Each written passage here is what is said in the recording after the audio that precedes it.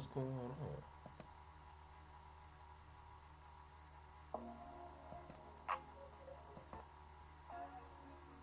Wow. Okay. Lucas stole out them pint bottles out Granny crib. I poured so much I ain't want to live. Told money then, shit we in the wind. I was in the hood when I clipped the bin. Since a young nigga I been ready. Went glass house on every Chevy. In this game I try plenty settings. It's all in nothing. Hot niggas been got sucker niggas keep suckers with them. One of the reasons I ain't fucking with them. Trish taking some more than her. Guess she couldn't even afford a winner. I'm open late, don't need a scale, and it's always open. Sneak wishing well, I double down, slick shit to spell. Shawty know I don't kiss and tell. I'm faded, faded, faded, faded, faded, faded, faded. I'm faded, faded, faded, faded, faded, faded, faded. And I'm faded, faded, faded, faded, faded, faded, faded. I'm faded, faded, faded, faded, faded, faded, faded, faded.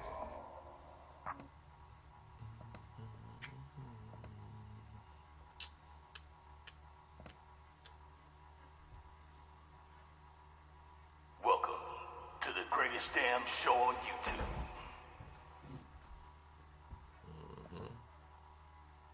Welcome to the greatest damn show on YouTube. There we go.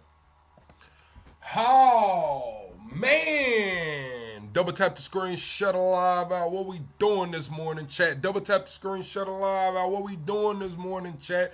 We got Trump set to meet with Bibi today. We got Mamdani's DEI hire going viral, and it's Alex Jones losing it. K-Cell, what it do? Welcome in, K-Cell, man. Y'all double tap the screen, shut live out. We got an action-packed episode, man. The temperature dropped out here, chat. I'm not gonna lie, man. I woke up, man. Got to looking around. It was cold, bruh. Cold, chat. I'm not gonna lie. Yesterday it was just like 65, 70. Now it's cold, man. Not gonna lie, piss me off, chat. I'm not a fan of the cold weather at all, man. Like, you bump your hand on something, that shit hurts. You bump your knee on something, that shit. I'm not a fan of the cold weather, chat. I'm just gonna be all the way honest with you guys. But we do got an action-packed episode. We're gonna talk about Trump meeting with Bibi today, leading up to it. Then tonight we'll come back and recap that. Also, we have oh, this guy above me. Let me make sure he's above me.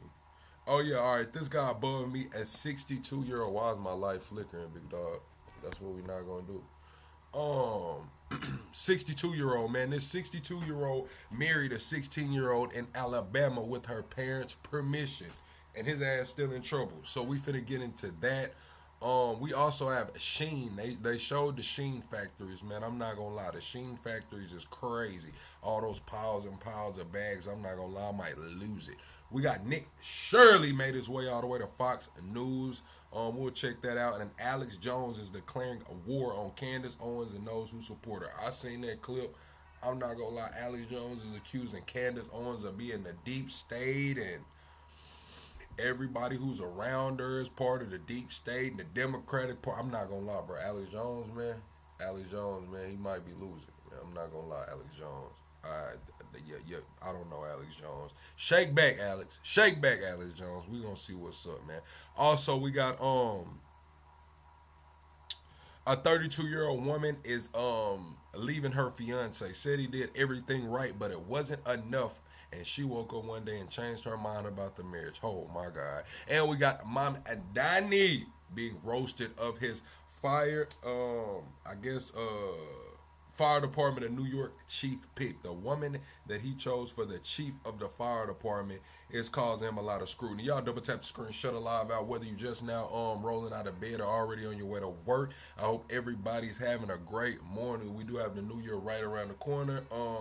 Be sure to tell me good morning. Hey, how you doing? I'm gonna tell y'all good morning. Hey, how you doing? Let me know some accomplishments or some of the things that you have on your New Year's list, man. What is your New Year's resolution, chat? Let me know your New Year's resolution, and we finna get into the story. This is the 62-year-old guy that married his 16-year-old girlfriend with the parents' permission.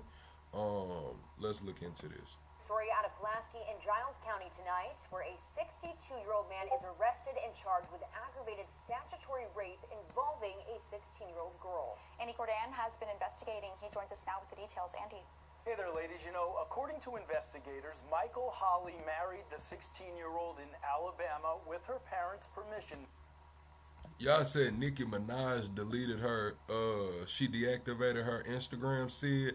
We're going to have to check that shit out. We're going to see what Nicki talking about, said. She won Coon of the Year on one of those damn award shows. They gave Nicki Coon of the Year over Officer Tatum and all them other niggas. I ain't gonna lie. Now, that might be legal.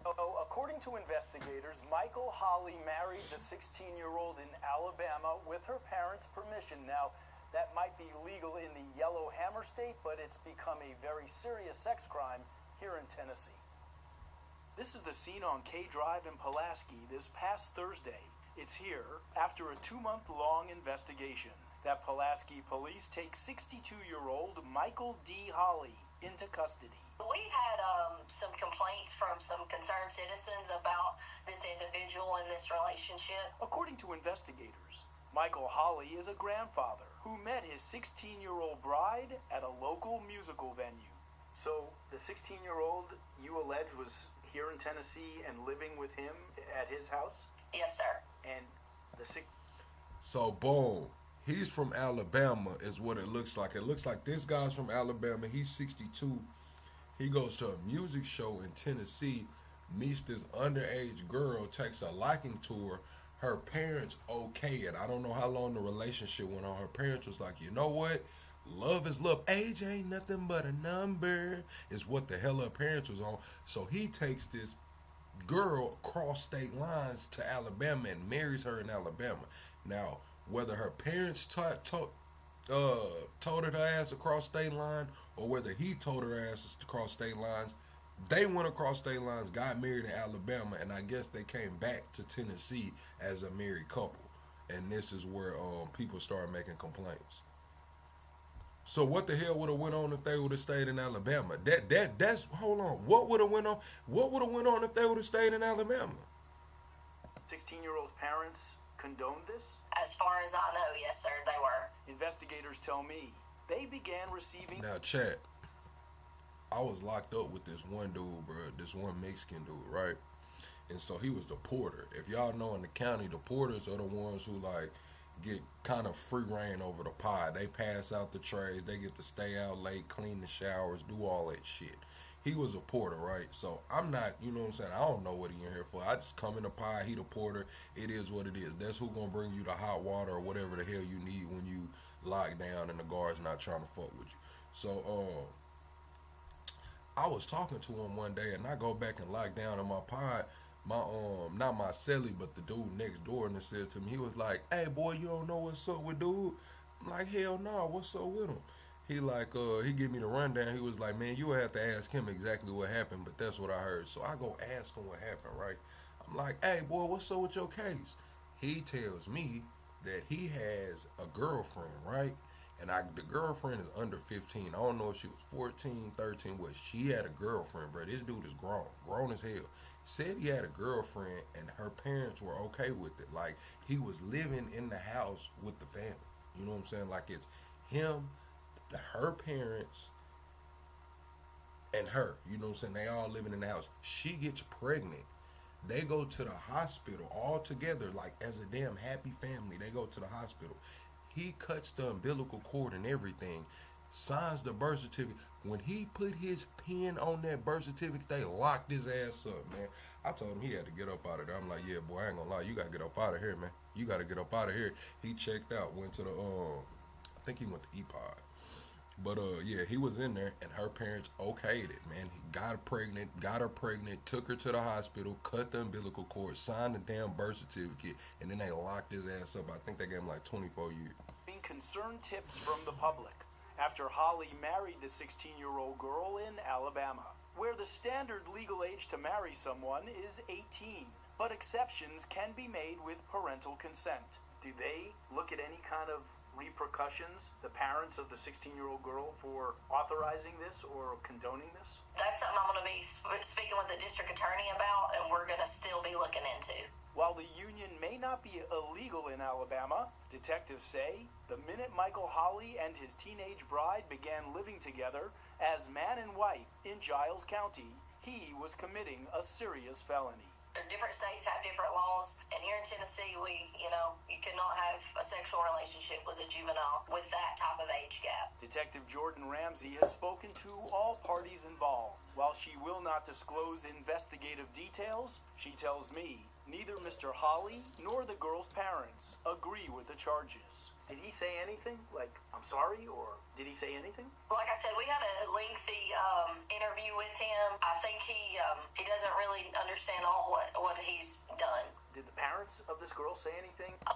And that's crazy because she's saying he doesn't understand what he's done. I don't know if this guy's slow or not. I'm not giving him a pass for that, but the laws were different where he was at. That's why we got to come through and have this damn conversation, because these state laws get kind of crazy, bro. So in Alabama, as long as he had parental consent, he was A-okay to go. In Tennessee, as soon as they came back to Tennessee, started living together, they locked his ass up. I know in Texas, when we was covering that Kendrick beef, in Texas, they're saying you can court girls as young as 12. Long as y'all not having no relations or touching or nothing, you can court girls as young as 12. This shit is crazy, bro. We got to get this shit together over here. This shit starting to sound a little third worldish. I'm not going to lie, bro. Did interview both of them. They are more concerned with the relationship of him and her and why he's in trouble. Oh, they're questioning why he's even in trouble? Correct. And Mr. Holly was arrested and posted a $250,000 bond. Now I'm told the girl is currently living back with her parents. Married and all. She living back with her parents, married and all. That shit is crazy, Chad. I'm not gonna lie. That threw me for a loop right there, bro. That's crazy. So if he would have stayed in Alabama, his ass would have been all right. They would have never got in trouble. It's crazy work. Picture them going to the grocery store together and shit, all hugged up. It's crazy.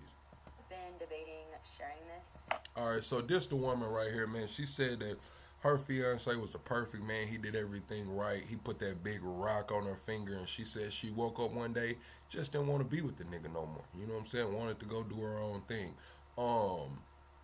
Focus on yourself, Kings. I'm just not gonna lie, man. She said the guy did everything right. It's like, damn, dude, what? With the internet, I always said that I was never going to be the kind of influencer that only shares the good parts of my life. I've been able to build... That's the problem. It's these influencers, bro. That's the problem, man. Men got to stop running after these influencers, man. Micro influencers, Twitter, TikTok.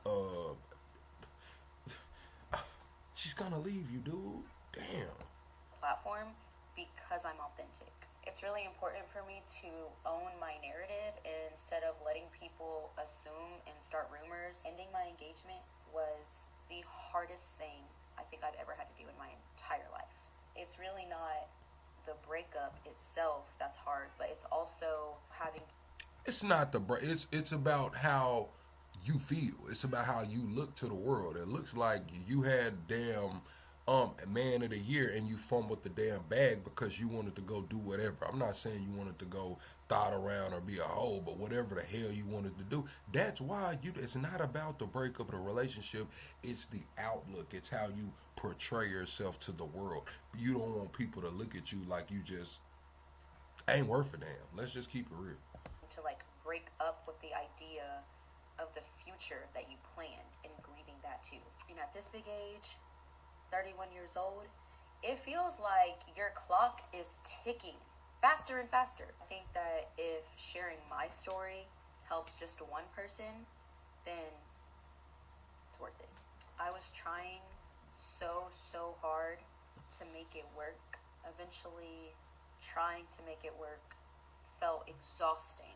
It literally took me accepting the hard truth that I tried to ignore. The moment I accepted that and said it out loud, I felt so much relief and honestly freedom.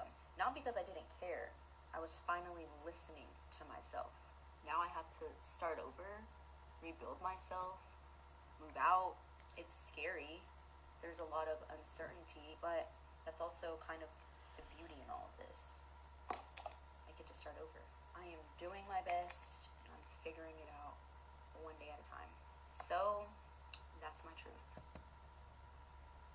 Focus on yourself, King, man. I'm just gonna keep it all the way real, man. Focus on yourself, King. She gonna leave your ass, man, for TikTok and whatever else. All right, chat. Moving on, man. Before we get into this Mamdani and his DEI hire, man, we're gonna go right here. This shit is a little threw me for a loop as well too. This lady right here, Harmit K. Dillon. She is the. Let me see what the hell she is, man. She's the AAG of Civil Rights Department, serving under Pam Bondi and Donald Trump. So this is the woman that's over the damn Civil Rights Department, bro. And I'm not gonna lie, this shit is a crazy, bro. She said conservative influencers, if you think you're keeping the pressure on or winning by spreading bullshit attacks on the real Donald Trump's hand-picked cabinet, you are not. You are earning money to spread misinformation. You are hoes. Learn an honest profession. The lady over civil rights just called all conservative influencers that are talking about Pam Bondi, Bongino, Cash Patel, Christy Nome, Tom Homan, any of these people, hoes. She said, y'all some hoes. I guess she talking about me too. She said, I'm a hoe ass nigga too, man. It is what it is, man. We just some hoes because we're not gonna sit back and let anything just run rampant. Because we speak out and we're not just kissing the MF and rim. We some hoes, man. This the lady over civil rights calling us some hoes, bruh. I'm not gonna lie now. I'm not gonna lie, bro. This shit is crazy, bro. Listen, read this. Somebody responded to her and said, I'm not an influencer, nor is my account monetized. I'm a fed-up American citizen who isn't going to take these PSYOP exercises from the administration I've supported for a year, only to see criminals never charged or walking away when they are. She responded to that tweet and said, boring, incoherent, and blocked. This is the civil right. This is the lady over civil right. This man or woman just spoke their grievance like, look, man, I'm a fed up American. I don't like these psyops. And I supported this shit for a year. I'm not seeing criminals get charged. And when criminals are getting charged, they getting let off the hook like Letitia James and them, man. And the lady said boring, incoherent, and blocked. Damn. I'm not going to lie, Chad. She's on timing, man. She said, somebody else said, respectfully, Donald Trump himself tweeted at her, and most of us aren't monetized. She said, then you are even dumber, useful idiots. At least hoes are getting paid for performing a service, man. At least hoes getting paid. This the civil rights lady, bro. This woman, man.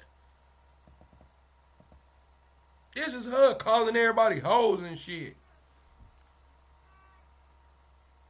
I'm not gonna lie, Chad.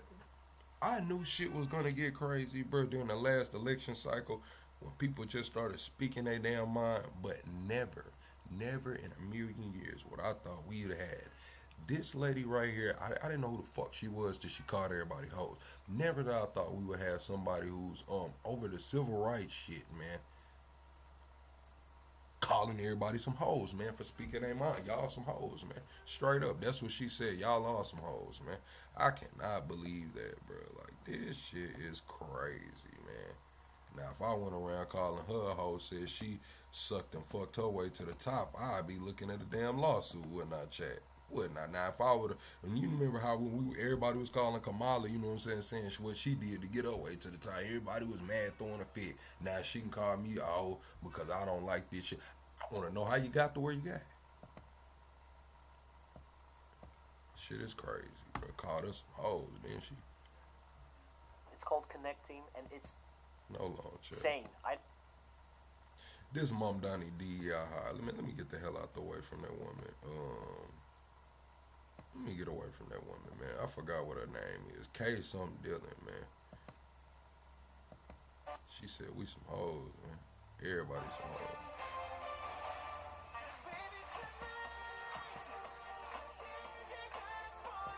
Oh no, they trying to get us with a motherfucking copyright, ain't they? They tried to do that, didn't they?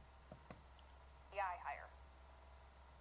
I am so proud to announce that I will be appointing Lillian Bonsignor as the fire commissioner of FDNY. That's what I'm saying. She the fire commissioner. She ain't never been a damn firefighter. She the fire commissioner. Ain't never been in a damn... What? the hell is this lady gonna do to organize some fires, man? Let's just be real, man. They was better off getting Clifford the Big Red Dog, man. They was better off getting, what's the little dude off Paw Patrol, man. At least they got some damn dealings with some fires and shit. At least Paw Patrol gonna pull up with the damn water. What the hell? Overseeing over 11,000 uniformed firefighters, 4,500 EMTs, and over 2,000 civilian employees. I am proud that Lillian will make history too, as the first openly gay person to head up the department. There's just one big problem. Bonsignor has never served as a firefighter. Instead, she was the EMS chief during COVID. Now Elon Musk is calling out Mamdani for the move, saying people will die from this decision. But Mamdani pushed back on Musk and doubled down on his choice, saying the majority of FDNY calls are EMS related. Tom, I honestly thought that this quote from Mamdani about this hire was a parody. He said, most of the fire department calls are EMS calls. Send her ass back over there where she specializes in the EMS, man, with the clear. Just send her ass back over there with them clear people, man. We don't need her trying to get no damn cats out the tree. We don't need her out here trying to hook some shit up to the fire hydrant out there on the corner, man. Take her ass back over there, man. Put her in the back of the ambulance. Let her yell clear a few times, man. And let people report her over there. If that's what the hell she's been doing, it sounds like the system is broken. If most of your EMT calls is coming from the fire department, I don't know, man. Maybe y'all need to get a better system, reroute these calls or something.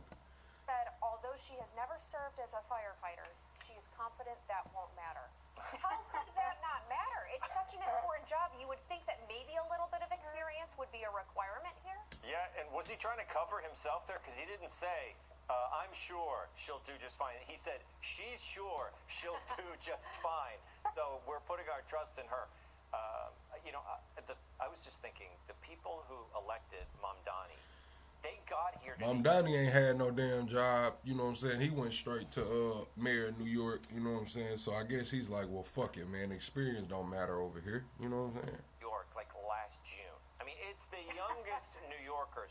So I was talking about Giuliani on yesterday's show, the transformation of the city under Giuliani. They don't even remember Bloomberg. So they came into a city that was badly run, and they had the Roosevelt Hotel taken over by migrants. And now Mamdani's going to come in. So how are they going to know? You know, I know he's not going to improve the city. How bad can it get? Will they notice? Not if they're... I'm not going to say Mamdani can't improve the city. Now, is it going to look ugly? Is it going to change the way people live? Yes, but will it be a better quality of life? I don't know. I've never lived in New York. I'm not with that COPA shit to where when you want to sell a multi-unit building, you have to give government first dibs and first right of refusal. I'm not with that shit. Will it help housing? I don't know. I'm not an expert. I don't know. It might. The free buses and shit, saying that they're going to have to pull money from the top 1-2%. Is it going to work? I don't know. I mean, I don't know. He's switching shit up for sure. Why they voted for Mamdani in the first place. Tommy, I see this as not just a resurgence of DEI. I don't think that DEI ever went away. Even after November's election results, many of us thought, oh, well, wokeism is on the way out. I don't think that that's the case at all. I think that the leftists, including Mamdani, are just sort of waiting in the shadows, and they're ready to bring it right back as soon as they're back in power. They don't need to wait. See, Mamdani probably gonna make some money, but Mamdani really got a straight shot to he's in New York too. Mamdani really got a straight shot to Senate and all of this shit. So I don't expect Mamdani to try to run up that bag too hard yet. I don't feel like he's gonna run that bag up too hard yet because he's still kind of young. So we know he can't be president because he wasn't born over here. So the highest he can probably go is like Senate or something. So I think he gonna chill out, do what he can for New York. And when he get in the Senate, that's when the money printer gonna come on, man. That's how they do this thing, man. When they get in the Senate, that's when the money printer comes on, man. In the shadows when you're in a blue city hellhole, you can just be really forthright about it, right? Here's the thing. I don't really care what her orientation is, what she identifies as, who she, canoodles with. I could not care less, right? I don't care about any of that stuff. What I care about is you're able to do the job. And when you introduce somebody to me and you say that they're the first insert here, that tells me that their identity or whatever they purport to be is more important to you than their ability to do the job. So when we call people a DEI hire, it's not because we just decided that, it's because that's how you introduce them to us. So it's showing me that that's what you place the importance on, and that's why you have the rest of us sitting at the table thinking, you know what, I'm not so sure this person can do the job, because that's not what you told us about their great experience and all their accolades. Damn, she didn't go to Job Corps. Like, damn, she could have went to Job Corps. Don't they got firefighters? Didn't they used to have a firefighter shit at Job Corps? Like, damn, even if they would have said, hey, she took the fire training at Job Corps. Like, okay, all right, at least she got something going on. Damn. It's in their abilities. You told us who they like to canoodle with. Joey, I want to throw this up on the screen. It's an example of other instances where DEI has failed fire departments, and I think it's important because, as Elon Musk noted, this is a very important job, and people could very well die as a result of decisions like this. Yeah, so I said this to the producers. I'm pretty passionate about this. So I've got two members of my family that are chiefs in fire. One's recently retired. So we talked a lot about this. We talked about this after the fires in L.A. when you had 3 gay women in charge of the L.A. Fire Department. And the quote back to me was, I know women firefighters. I know gay women firefighters that are great. How many firefighters are gay women? And you're telling... See, I'm not even mad that it's a gay woman firefighter, man, if she had experience. See, he's saying he don't want a gay woman firefighter at all. I'm not that far gone, Chad. I'm just going to be real. If they want to put a gay woman firefighter and she's been in the damn trenches, man, coming out with black smoke all over her face, saving little babies and snatching cats out of the trees and shit, well, damn, let her give her a damn chance then. Fuck it. You know what I'm saying? But when you say that she's a gay woman leading the fire department and ain't never fought no damn fire or went to Job Corps or nothing, I get to scratching my head, bro, and looking around, man, like, this what y'all gonna do? Now, all of Los Angeles is the 3 gay women that make it to the top. That just happens to be an anomaly? No, they were put there for DEI. That's the problem. And you saw what happened in the Pacific Palisades. Not blaming them, just saying when you have a diversity officer that says, if I can't carry you, that's your fault because of whatever reason, I can't remember exactly what it was she said, then your leadership's probably in the bad spot. When you move over to the fire chief in Austin, he's a black man. Charlie Kirk said something about that, and there was kind of a discussion about it. But when you get into the weeds and you talk to the folks in Atlanta where he was fire chief before Austin, that's exactly what they said. Is he wasn't that he was a good leader. He was a great yes man to Democrat politicians, and that was the problem. So what happens? You have the floods in Texas, and he refuses to send the proper help from Austin down there because of some financial dispute. Didn't do the right thing. So it can creep in, and it can kill people. The New York City Fire Department is the gold standard when it comes to actually fighting fire. I don't care if it's 20% of what they do or 50% of what they do. This is a city that uniquely has stuff catch on fire, and people need to be rescued. I saw it happen across the street from a restaurant where I was at last year. And to say that that's not important to the person in charge of the fire department because it's not the majority of calls they go on, that's absolutely insane to me. And if that's the type of leadership you're bringing... Yeah, that was some bullshit. I'm not going to lie. Hey, why do you want to put this woman who's never been a firefighter or anything at the head of the fire department chief shit, man? Oh, well, she used to be head of the EMTs. You know, most of our fire department calls are EMTs anyway, man. Burn this bitch to the ground is what I heard. I'm not going to lie. Burn this fucker to the ground, man. If it catch on, let it keep blowing, man. It is what it is, man. Clear. Crazy.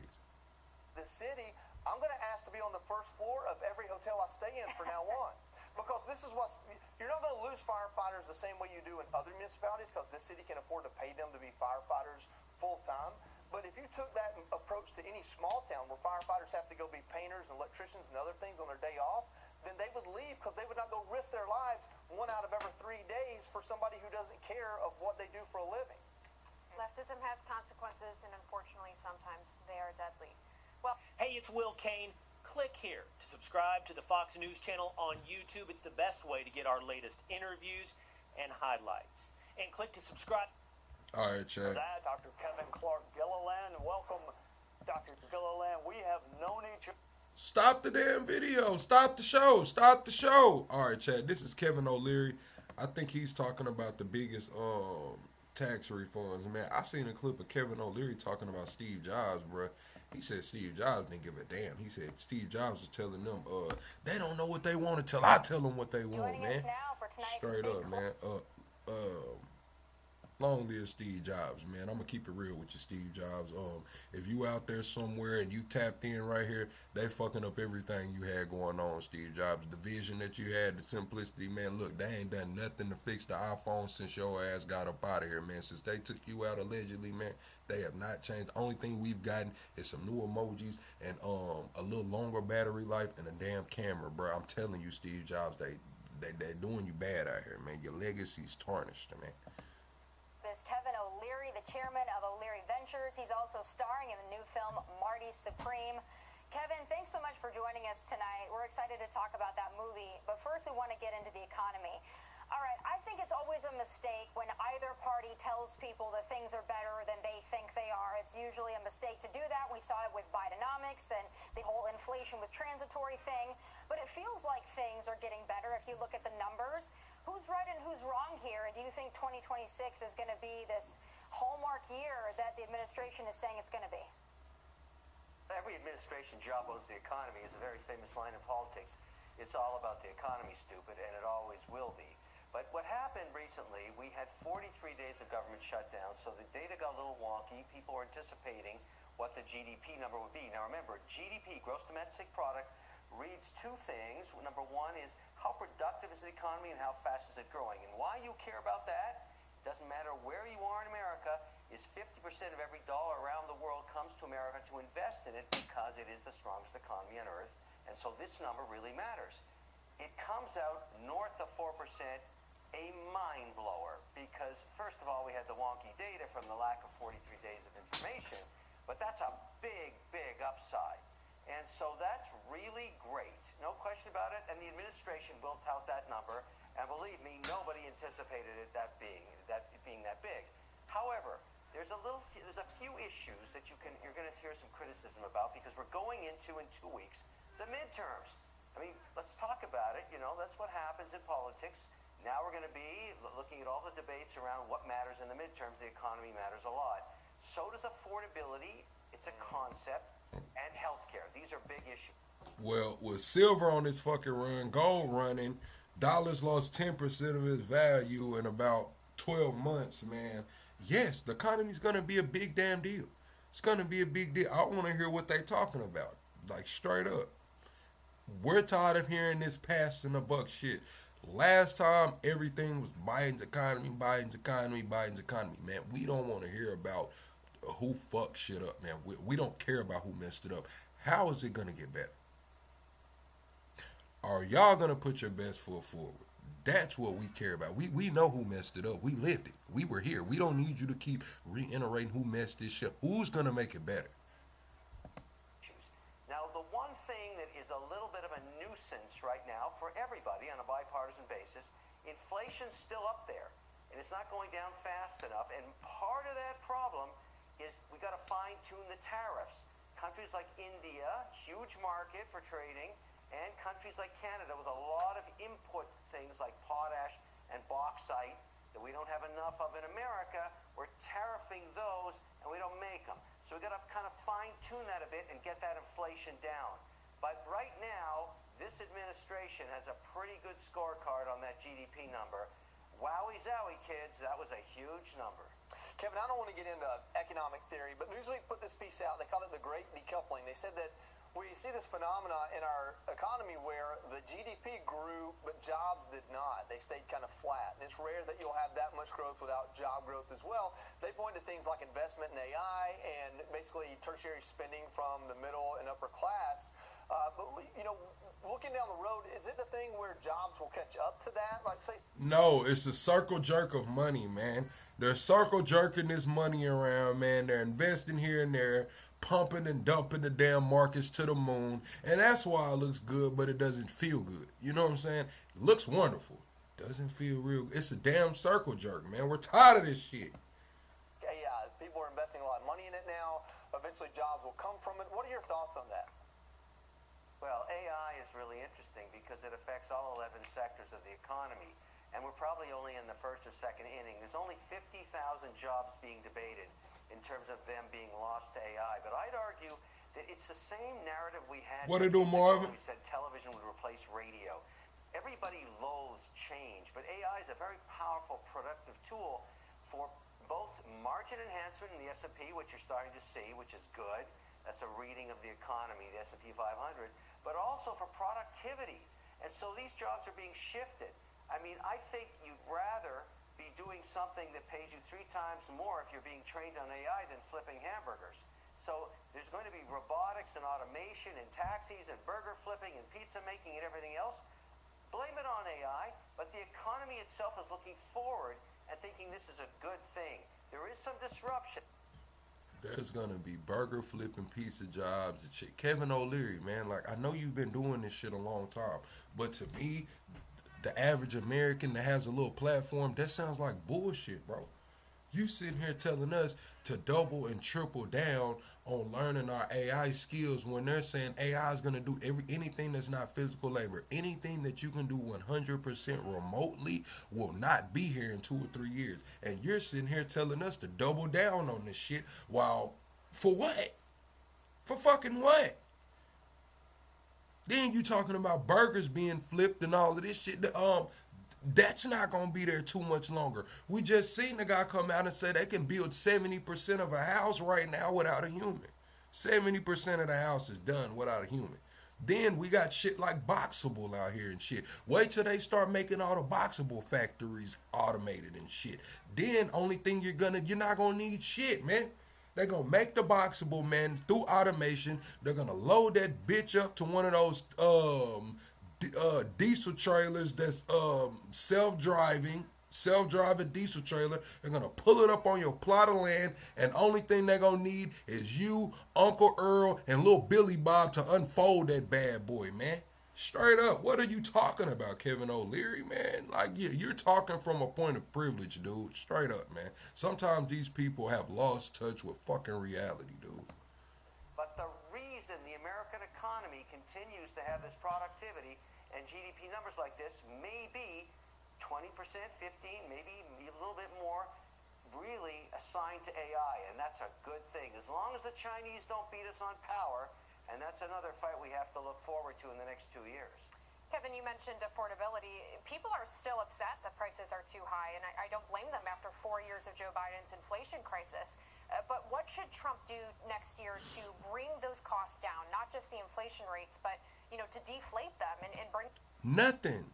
Nothing's gonna bring the cost down, dude. I'm just here to tell you, I'm sorry. I hate to be doom and gloom plug, but sometimes I just gotta keep it fucking real, bro. Nothing's gonna bring the cost down. When the costs look like they're coming down, guess what? We just lost 10% of the fucking dollar, right? Straight up, man. We just lost 10% of the dollar in 12 months, man. Nothing's gonna bring the damn cost down. Maybe bring costs down to certain things, bro. But what? Let's be honest. What can they do?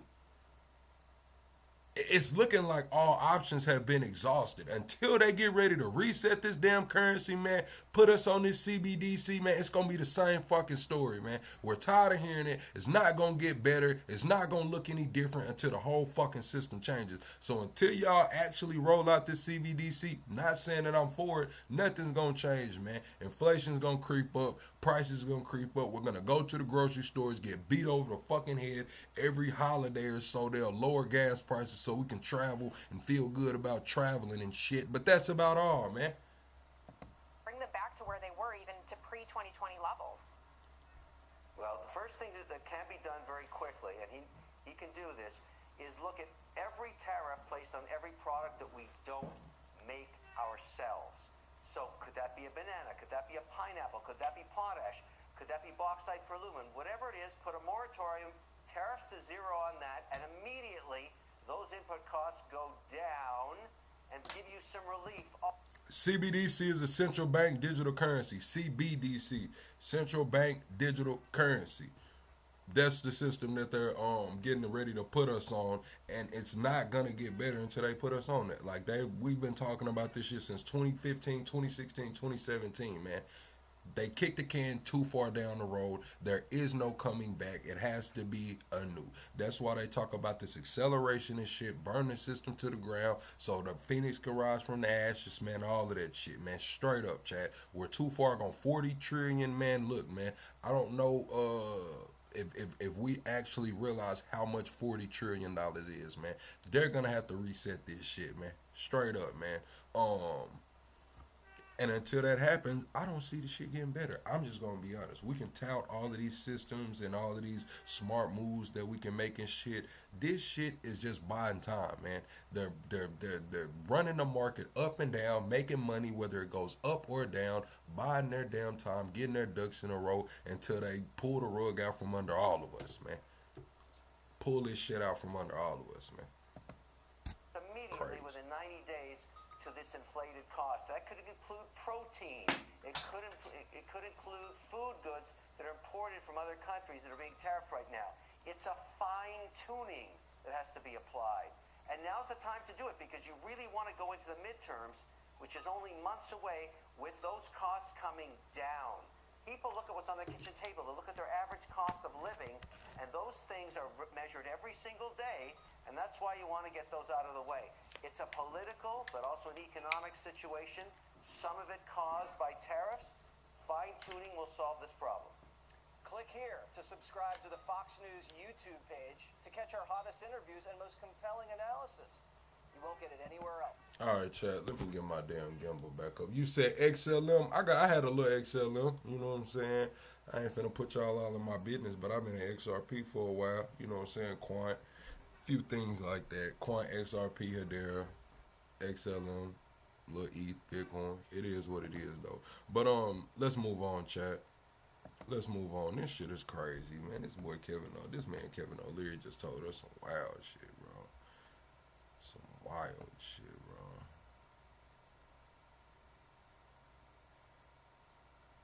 Where is it at, man?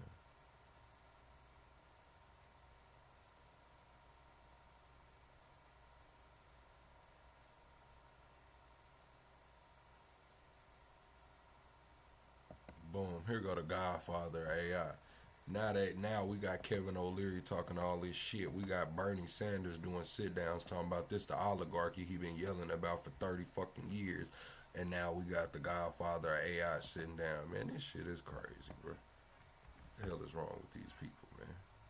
2025 was the year artificial intelligence, or AI, took the world by storm, impacting nearly every aspect of our lives.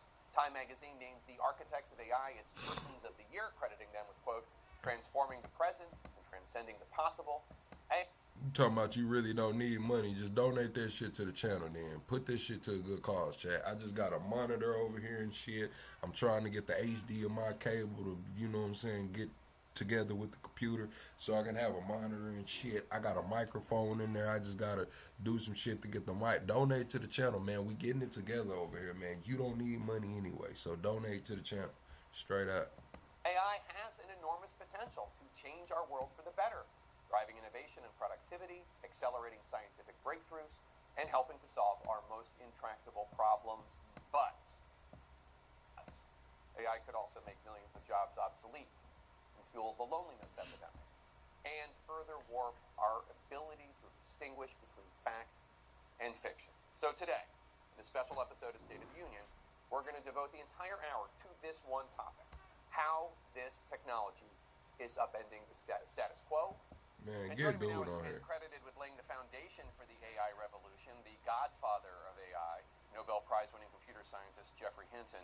Professor, thanks for joining us. So your research on neural networks. So they saying this the dude who started all this shit, man. This the dude who cracked the code, man, got us on this AI race right here. The godfather of AI, man. Jeffrey Hinton. He gave our ass a hint into the future and dropped some AI on us, man. Works paved the way for this modern AI boom. I interviewed you 2 years ago, right after you quit Google, and you first began warning the world about what you saw as the risks of AI. when you look at how AI has progressed. And his last name Hinton. He come over here, he make AI, then he leaves Google and starts warning everybody, and his last name is Hinton. He hinting to our ass, man, like, hey, I know some shit, man. I just can't say the shit because they got me under NDA, but I'm hinting to y'all ass, man. Since then, are you more This shit or crazy, less? man. I really believe that once we get to watching, like they say, the world is a stage. The world is really a damn stage. I think these people, last names and everything, get to going in with this shit, man. The world is a stage for real, bro. Like, oh my god. Worried about it. I'm probably more worried. It's progressed even faster than I thought. In particular, it's got better at doing things like reasoning and also at things like deceiving people.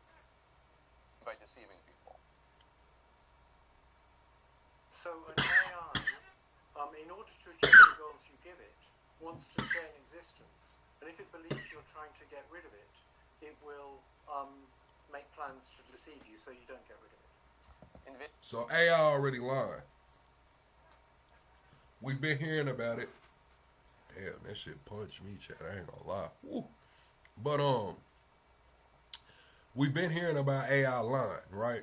This is the godfather of AI saying that AI has a fight or flight, self-sustaining. AI will get the line to your ass if it thinks that it's finna take it out.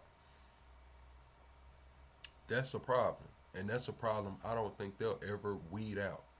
I don't think they'll ever weed out this problem.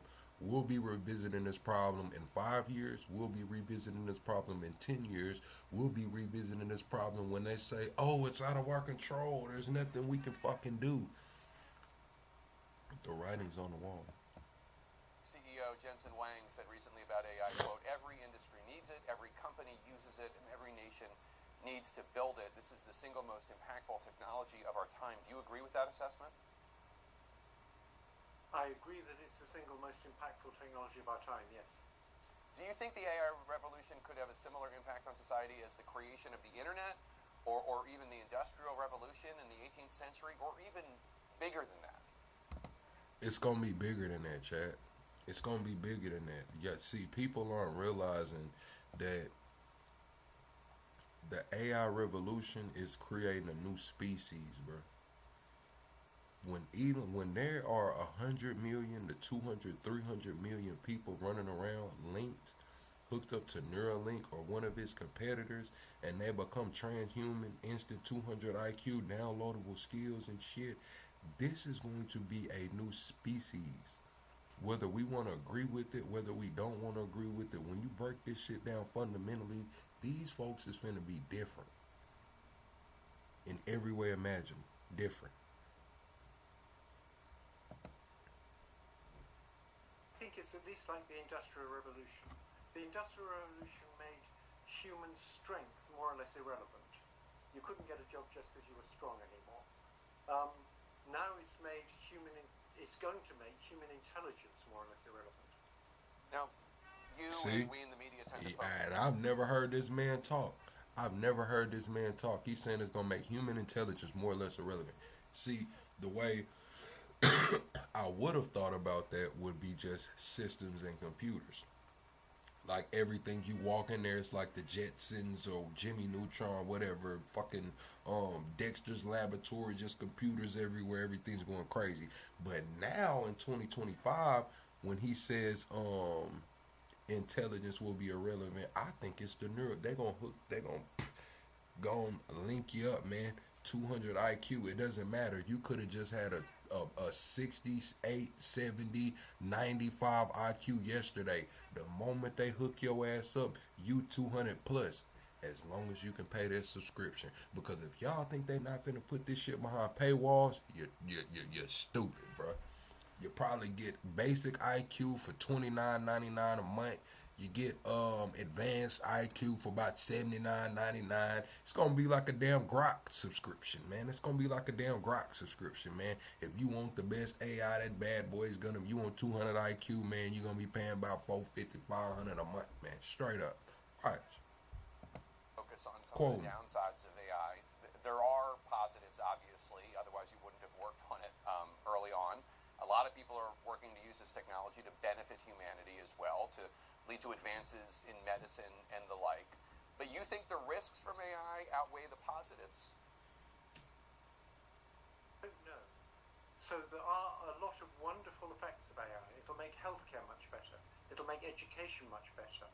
It'll enable us to design wonderful new drugs and wonderful new materials that may deal with climate change. So there's a lot of good uses. In more or less any industry where you want to predict something, it'll do a really good job. It'll do better than people were doing before. Even things like the weather. But I think the most advanced version of Grok is I think it's like $500 a year. But I think if you buy the year, you get like a discount. I think the most advanced version of Grok is like $500 a year. Along with those wonderful things come some scary things, and I don't think people are putting enough work into how we can mitigate those scary things. You come from the tech world, obviously. Do you think the Silicon Valley CEOs building these systems are taking the risks seriously at all? Do you think that they are driven mainly by financial interests? Yeah, everything will be a subscription soon. Love, did you see, have y'all seen the cars? I don't know, is it Hyundai? It's one of these car companies that are putting your amenities in your car, your extras in the car, behind subscription. So you will end up having to pay extra $400 a year to use your car to the full capabilities. Like, for your car to go as fast as it can go, you'll have to pay for that. If you got heated seats in your car or some shit like that, and you want your heated seats to keep working, eventually you're gonna have to pay for that. Yeah, that's how it's coming. One car company is already doing it with the power of the car being behind a subscription. A lot of people are going to get very wealthy off this. I think it depends which company you're talking about. Initially, OpenAI was very concerned with the risks, but it's progressively moved away from that and put less emphasis on safety and more emphasis on profit. Meta has always been very concerned with profit and less with safety. Anthropic was set up by people who left OpenAI and were very concerned with safety, and they still are probably the company most concerned with safety. But of course, they're trying to make a profit too. What do you think the government should do, anything, when it comes to regulation of AI, putting some sort of restrictions or some sort of oversight? There's many things they should do. The very least they could do is insist that big companies that release chatbots do significant testing to make sure those chatbots won't do bad things. Like now, for example, encouraging children to commit suicide. Now that we know about that, companies should be required to do significant testing to make sure that won't happen. Of course, the tech lobby would rather have no regulations, and it seems to have got to Trump on that. Yeah, Trump just put an executive order to ban all statewide AI regulation. Trump put an executive order out that banned all statewide AI regulation.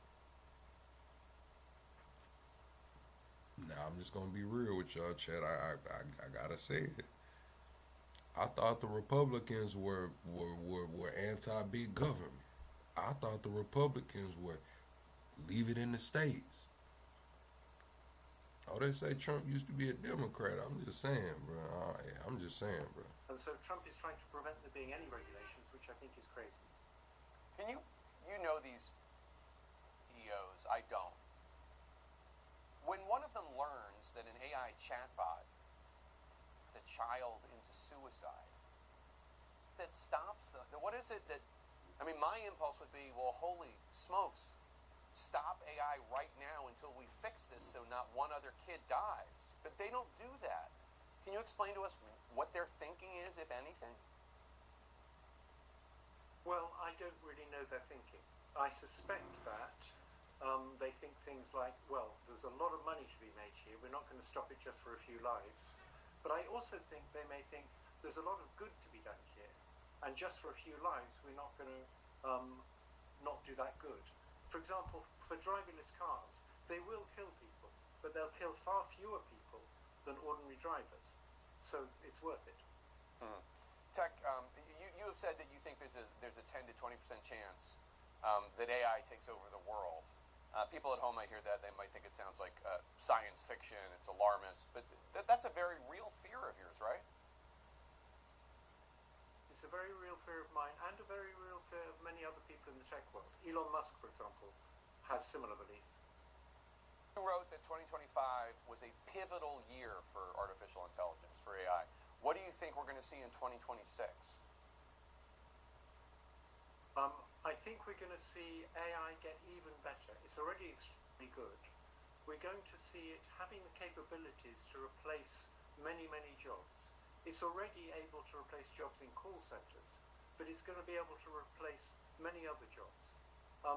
Each 7 months or so, it gets to be able to do tasks that are about twice as long. So for a coding project, for example, it used to be able to just do a minute's worth of coding. Now it can do whole projects that are like an hour long. In a few years' time, it'll be able to do software engineering projects that are months long. And then there'll be very few people needed for software engineering projects. All right, Jeffrey Hinton, thank you so much. We really appreciate your time, and we hope that people are listening to your warnings. That shit is crazy, Chad. I've never seen that Hinton guy, man. I've never seen the Hinton guy. But I believe him. 20% chance. Sam Altman has it at a 20-30% chance. Man, these people are saying, like, look, man, this shit might be over with. And then Elon's saying, like, look, what's even going to be even crazier is if, like, we do all of this shit and we still in a simulation. It's crazy. And we're going to see. Otherwise, it's going to go on for a long time. It'll either end or it's going to go on for a long time. And millions of additional people are going to be killed. Millions. And nobody wants that. You see him there, President Donald Trump and Ukrainian President Volodymyr Zelensky meeting for a 3-hour session Sunday as they search for a deal which could end the war in Ukraine. The talks come as Russia continues its brutal bombing campaign across Ukraine, with 2 people killed and dozens more injured in Ukraine's capital over the weekend. Ukraine is calling for an immediate ceasefire as one of the conditions to end the war. But so far, Russia and Vladimir Putin have... No, I'm not going to lie. Essie says, I can't stand fake at the best of times, but the online world becoming so controlled and trash AI videos is enough to make me say, nah, keep the fake. I'm going to keep it real with you. That AI shit is getting better, bro. I don't know what company just dropped that shit last week, bro. But those pictures they did, I forgot who did it. It's a company, bro, and they're doing the AI pictures look damn good, bro. Like, that shit is scary. Like, they had some of LeBron and I think Ilya and Omar and some more people, bro. That shit is scary, bro. I'm not gonna lie. I'm like, wow. Some of the AI shit, you know, you can be like, it's AI, or you look twice and you like, or the voice sounds similar, so you know it's AI because of the kind of voice. But these pictures right here, bro, that shit looked for real. Have refused to stop bombing, something President Trump says he understands. Not a ceasefire. One of the points that we're working on right now. No, not a ceasefire. He feels that what's up, Jody? Fighting and to stop, and then if they have to start again, which is a possibility, he doesn't want to be in that position. But I understand President Putin from that standpoint. You know, you have to understand the other side, and you know, I'm on the side of peace. I'm on the side of stopping the war.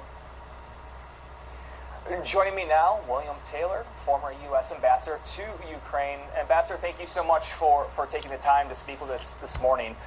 And then, Chad, you know how they do the predictive programming, right? So they got a movie coming out on January 23rd. I don't know what the name of the damn movie is, but I want to see it, bro. But it's about a guy. And they say, I don't know, I think they said he killed his wife or whatever, and they got it all on camera. It's like one of those super safe Palantir-ass worlds. And he has, I think, an hour or however long to prove his innocence. So he's going back to all the AI security footage and extracting shit. And, you know, it's like, it's one of those movies where, but he got to prove his innocence, you know, in a super, what do you call it, authoritarian ass place. You know what I'm saying? Like, it should be to where the crime is like, hey, we got you. This is authoritarian. We got cameras every fucking where we seen you do it. But they gave him like some time to prove his innocence. And I seen in the little trailer he was like pulling like, hey, stop that footage right there and shit. I want to see that shit. I don't care if it's predictive programming. I want to see that shit straight up. President Trump says he is on the side of peace. You heard him say there. But after seeing how these talks played out over the weekend, and including those comments you just heard there about Vladimir Putin and the continued bombing, what side do you think he is on? So, Brian, President Trump knows, we know, that President Putin is the one who is pursuing this war. President Putin can stop this war with a decision tomorrow. But instead, he is bombing Ukrainian civilians. So this is very well understood. And what needs to happen, of course, is for President Trump, if he's serious about wanting to stop this war, to put pressure on President Putin to do exactly that. And President Trump has leverage to do that. It is very clear who started this war. It's very clear who can end this war. But it's going to take pressure from President Trump on President Putin to stop it. Well, so we hear that Zelensky is insisting that a deal must have a ceasefire first. We hear the president insisting there isn't a need for a ceasefire in this war to bring it. Yeah, so Putin doesn't want the ceasefire.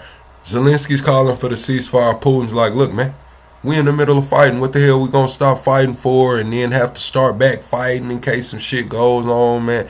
Nah.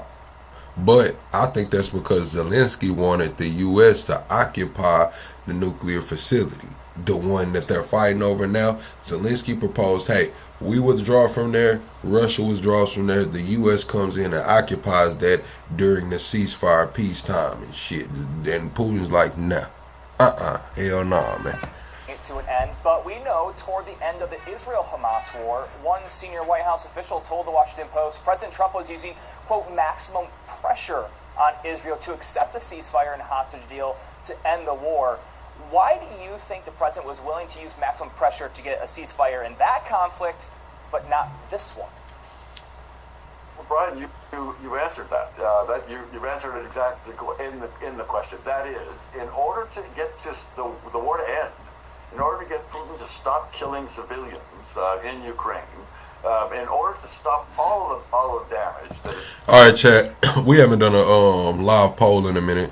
So if y'all think that the Russia-Ukraine conflict will end through a peace deal, press 1. If y'all think that the war is gonna end because it just can't be no more fighting, somebody just loses, press 2. If y'all think it's gonna be a peace deal made, press 1. If y'all think somebody just loses, press 2. That Putin and the Russians are doing, Putin needs to decide, and Putin will decide when President Trump puts pressure on him. And you're right, President Trump knows how to put maximum pressure to get a ceasefire. That's what happened in the Middle East. That's what needs to happen in Ukraine. And Ambassador, President Trump says there are only a few sticky points that are remaining over a deal, but also said this when asked about what a post-war future looks like. It's going to be helping. Russia wants to see Ukraine succeed. Once, it sounds a little strange, but I was explaining to the president, President Putin, very generous in his feeling toward Ukraine succeeding, including supplying electricity and other things at very low prices. Okay, so President Trump says Russia wants Ukraine to succeed as Russia bombs their cities daily. What do you think he's trying to say there? I'll tell you what he wants to say. Russia wants Ukraine to be dependent on Russia still. You know what I'm saying? Russia's on some shit like, look, man, we ain't gonna take everything you got, but look, we're gonna let you keep what you got, but you come shop with us. You know what I'm saying? You still on our block over here. So all of that energy and shit y'all need over there, all of the resources and shit, don't reach out over there. We told you that NATO shit is over with, man. The NATO shit over with. You're not getting in NATO, man. We want to keep a relationship with you, man. They're going to strong arm some of them Ukrainian dollars. You know what I'm saying? That's what they mean. We the success. Succeed, man. Get in the car. I have no idea, Brian. Russia clearly wants to destroy Ukraine. And President Putin has been clear about this. He's said this over and over in writing, in speeches. He has said he wants to eliminate Ukraine. He thinks Ukraine doesn't exist. There is no way that President Putin has good feelings about Ukraine, and yet, frankly, the Ukrainians do not trust President Putin one bit on this. All right. See, I disagree with him right there. You know what I'm saying? He probably knows more than me, but for me, I think Putin doesn't want to just take all of Ukraine right now. Like, he's cool with Ukraine existing, you know. Like, damn, it's still going to be a spot on the map. It's about the business, man. He doesn't want it to be a place to where he not pulling any resources from Ukraine. He's not getting any money. There's no business going. Why would you want somebody sitting that close to you and y'all are totally alienated from each other? Y'all aren't doing any business. So, of course, if there's business to be done there has to be a quote-unquote want for success for Ukraine. Yeah, we want Ukraine to be successful because we want them to spend that money with us, too. You know what I'm saying? Straight up.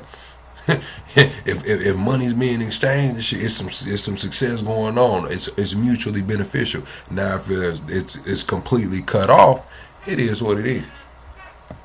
Ambassador William Taylor, former U.S. Ambassador to Ukraine, really appreciate your time this morning. Thank you. Ukrainian President Volodymyr Zelensky sharing new details on the latest proposed peace plan with Russia. Now, this is a day after his high-stakes meeting with President Trump in Florida, and Zelensky telling reporters this morning the plan now proposes that the U.S. guarantees Ukraine's security for 15 years. So, how will Moscow react? That's not enough. I guess you got to take what you can get, Zelensky. I'm just going to keep it all the way real with you. 15 years, maybe NATO and the EU and them over there, they got it together for you. Maybe they got some funds appropriated. Maybe they get you them, what was he asking for, them tomahawks, man? Maybe in about 15 years, they got the shit together. China just dropped a $100,000 hypersonic missile, so I'm pretty sure in about 15 years, the world will be putting them bad boys together for under $100,000. So maybe 15 years is all you need. Thank you, Stacy. Good morning, Stacy. We're standing by for President Trump to speak with Russian President Vladimir Putin as soon as today about ending the nearly 4-year war. President Trump yesterday striking a hopeful tone.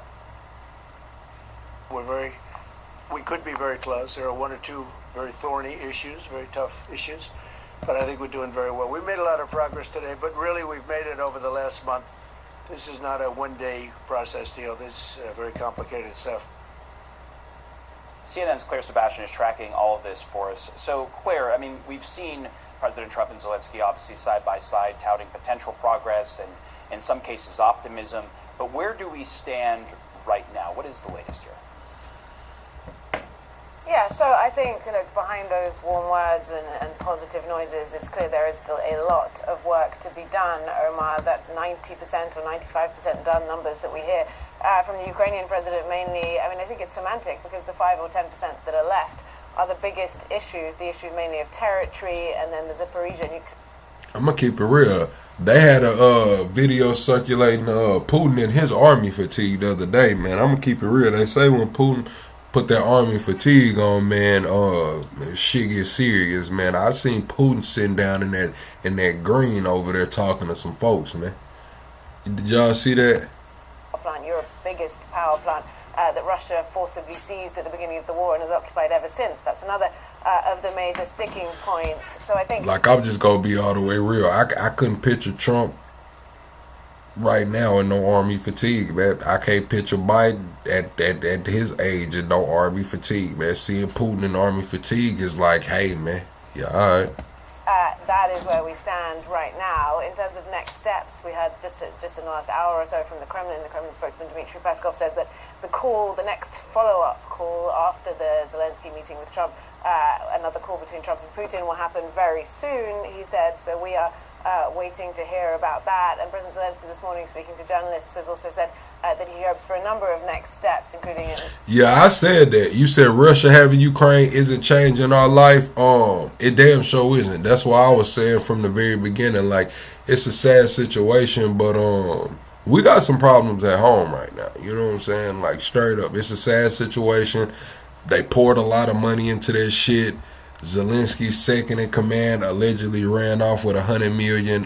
If you need some more chicken, go holler at your partner, man. They said your partner's over there on the beach twiddling his toes in the sand, sipping martinis with $100 million, man. I'm just gonna be all the way honest with you, man. You need some money, go holler at your partner, cause he got for damn sure he got.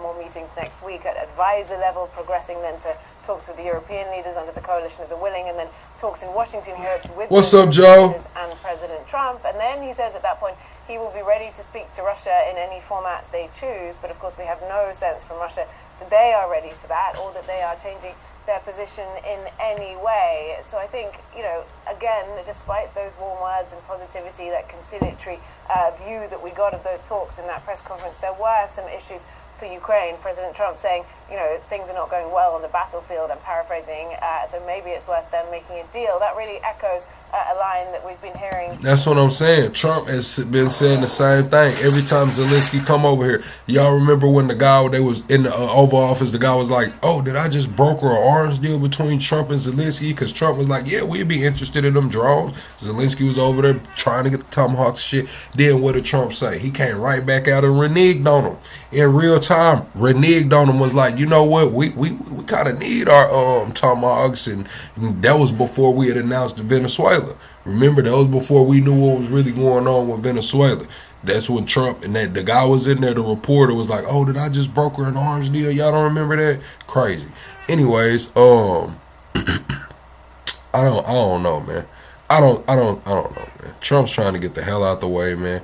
I'm not upset with Trump trying to get the hell out the way. That's why he came out there and said that some of this land, y'all might not have it in a few months anyway, so it's better off making a deal for it. Trump let them know, like, look, man, y'all finna lose this shit, man. You steady waiting on boots on the ground from Americans, and it's probably not gonna happen, man. You steady waiting on the EU and everybody to get their chicken together for you and send some money over there, man. It's probably not gonna happen, man. If you want this shit to go, you're going to have to make some concessions, my boy. You're going to have to make some concessions, man. Otherwise, we just going to get out the way. Everybody comes in here and asks me, well, Plug, why doesn't Russia have to make any concessions? Why doesn't Russia have to... Ukraine doesn't have to make any concessions. Russia doesn't have to make. The difference is, as Americans and as America, we in this business because of Ukraine. You know what I'm saying? Like, let's just be all the way real. We in this business because of Ukraine. And when Trump gets done and fed up and says, look, this is the new Monroe Doctrine 2.0, and we're not doing this shit no more because we're focused on the Americas, everybody's going to look around crazy. Everybody's going to look crazy. Like, oh, how can we just, the man, listen, man, he been saying this shit for a long time. Like, look, man, get his shit up, dude. Let's call this shit quits, man. That was his stance on it, and it really hasn't changed. So I don't know why people are surprised. I don't know why people are surprised, man. Kremlin. He also seemed to praise President Putin for what he's doing with the Zaporizhia nuclear power plant, saying that it's a big step, that he's not bombing it, at which point you did see President Zelensky shift uncomfortably from one foot to the other. So, look, clearly there's a lot more work to be done. Clearly the biggest issues still remain. And we have an impasse of sorts because, look, Ukraine is moving towards, it says, the idea of discussions on territory, but in order to change the status or give up any territory, President Zelensky seems to suggest that they would need a referendum. And for that, they need a ceasefire, and Moscow has openly rejected any idea of a ceasefire. So that's where we stand at this point. Yeah, at least... Yeah, they don't want no ceasefire, man. They want you to get that shit up. Netanyahu's trip to meet President Trump in Mar-a-Lago. The parents of... All right, so I'm going to get my thoughts and opinions on Bibi coming over here today. It's not the fact that Bibi's coming today to Mar-a-Lago. It's what happened prior to Bibi coming, leading up to Mar-a-Lago, with the Iranian president just coming out of nowhere, throwing a damn curveball in the game, saying that the U.S., they're at a full-scale war with the U.S. Like, how, like, what? Since when? We dropped bombs on Iran, like, some months ago, and we didn't hear that we was at a full-scale war. But now that Bibi's coming to Mar-a-Lago in a couple days, man, now we're at a full-scale war with Iran, Israel, and Europe. What? Like, it's the timing for me, bro. Like, The timing. Then they come out, the Iranian hackers come out and was like, look, while you're on your way to Mar-a-Lago, we hacked the chief of staff phone. We hacked the chief of staff phone is what they said, man. It's like, what kind of chess moves are being played here, man? It made me sit back and just scratch my head like, the timing. It's the timing. Why would they come out? And then the president said it and the supreme leader put it on his website. Like, oh yeah, we're at a full-scale war. And then Bibi got an ICC warrant, just like Putin, man. They flying over all of these countries with these damn ICC warrants. That's why y'all keep saying Trump and pirate and taking the boats in Venezuela. And he's talking about we need Greenland.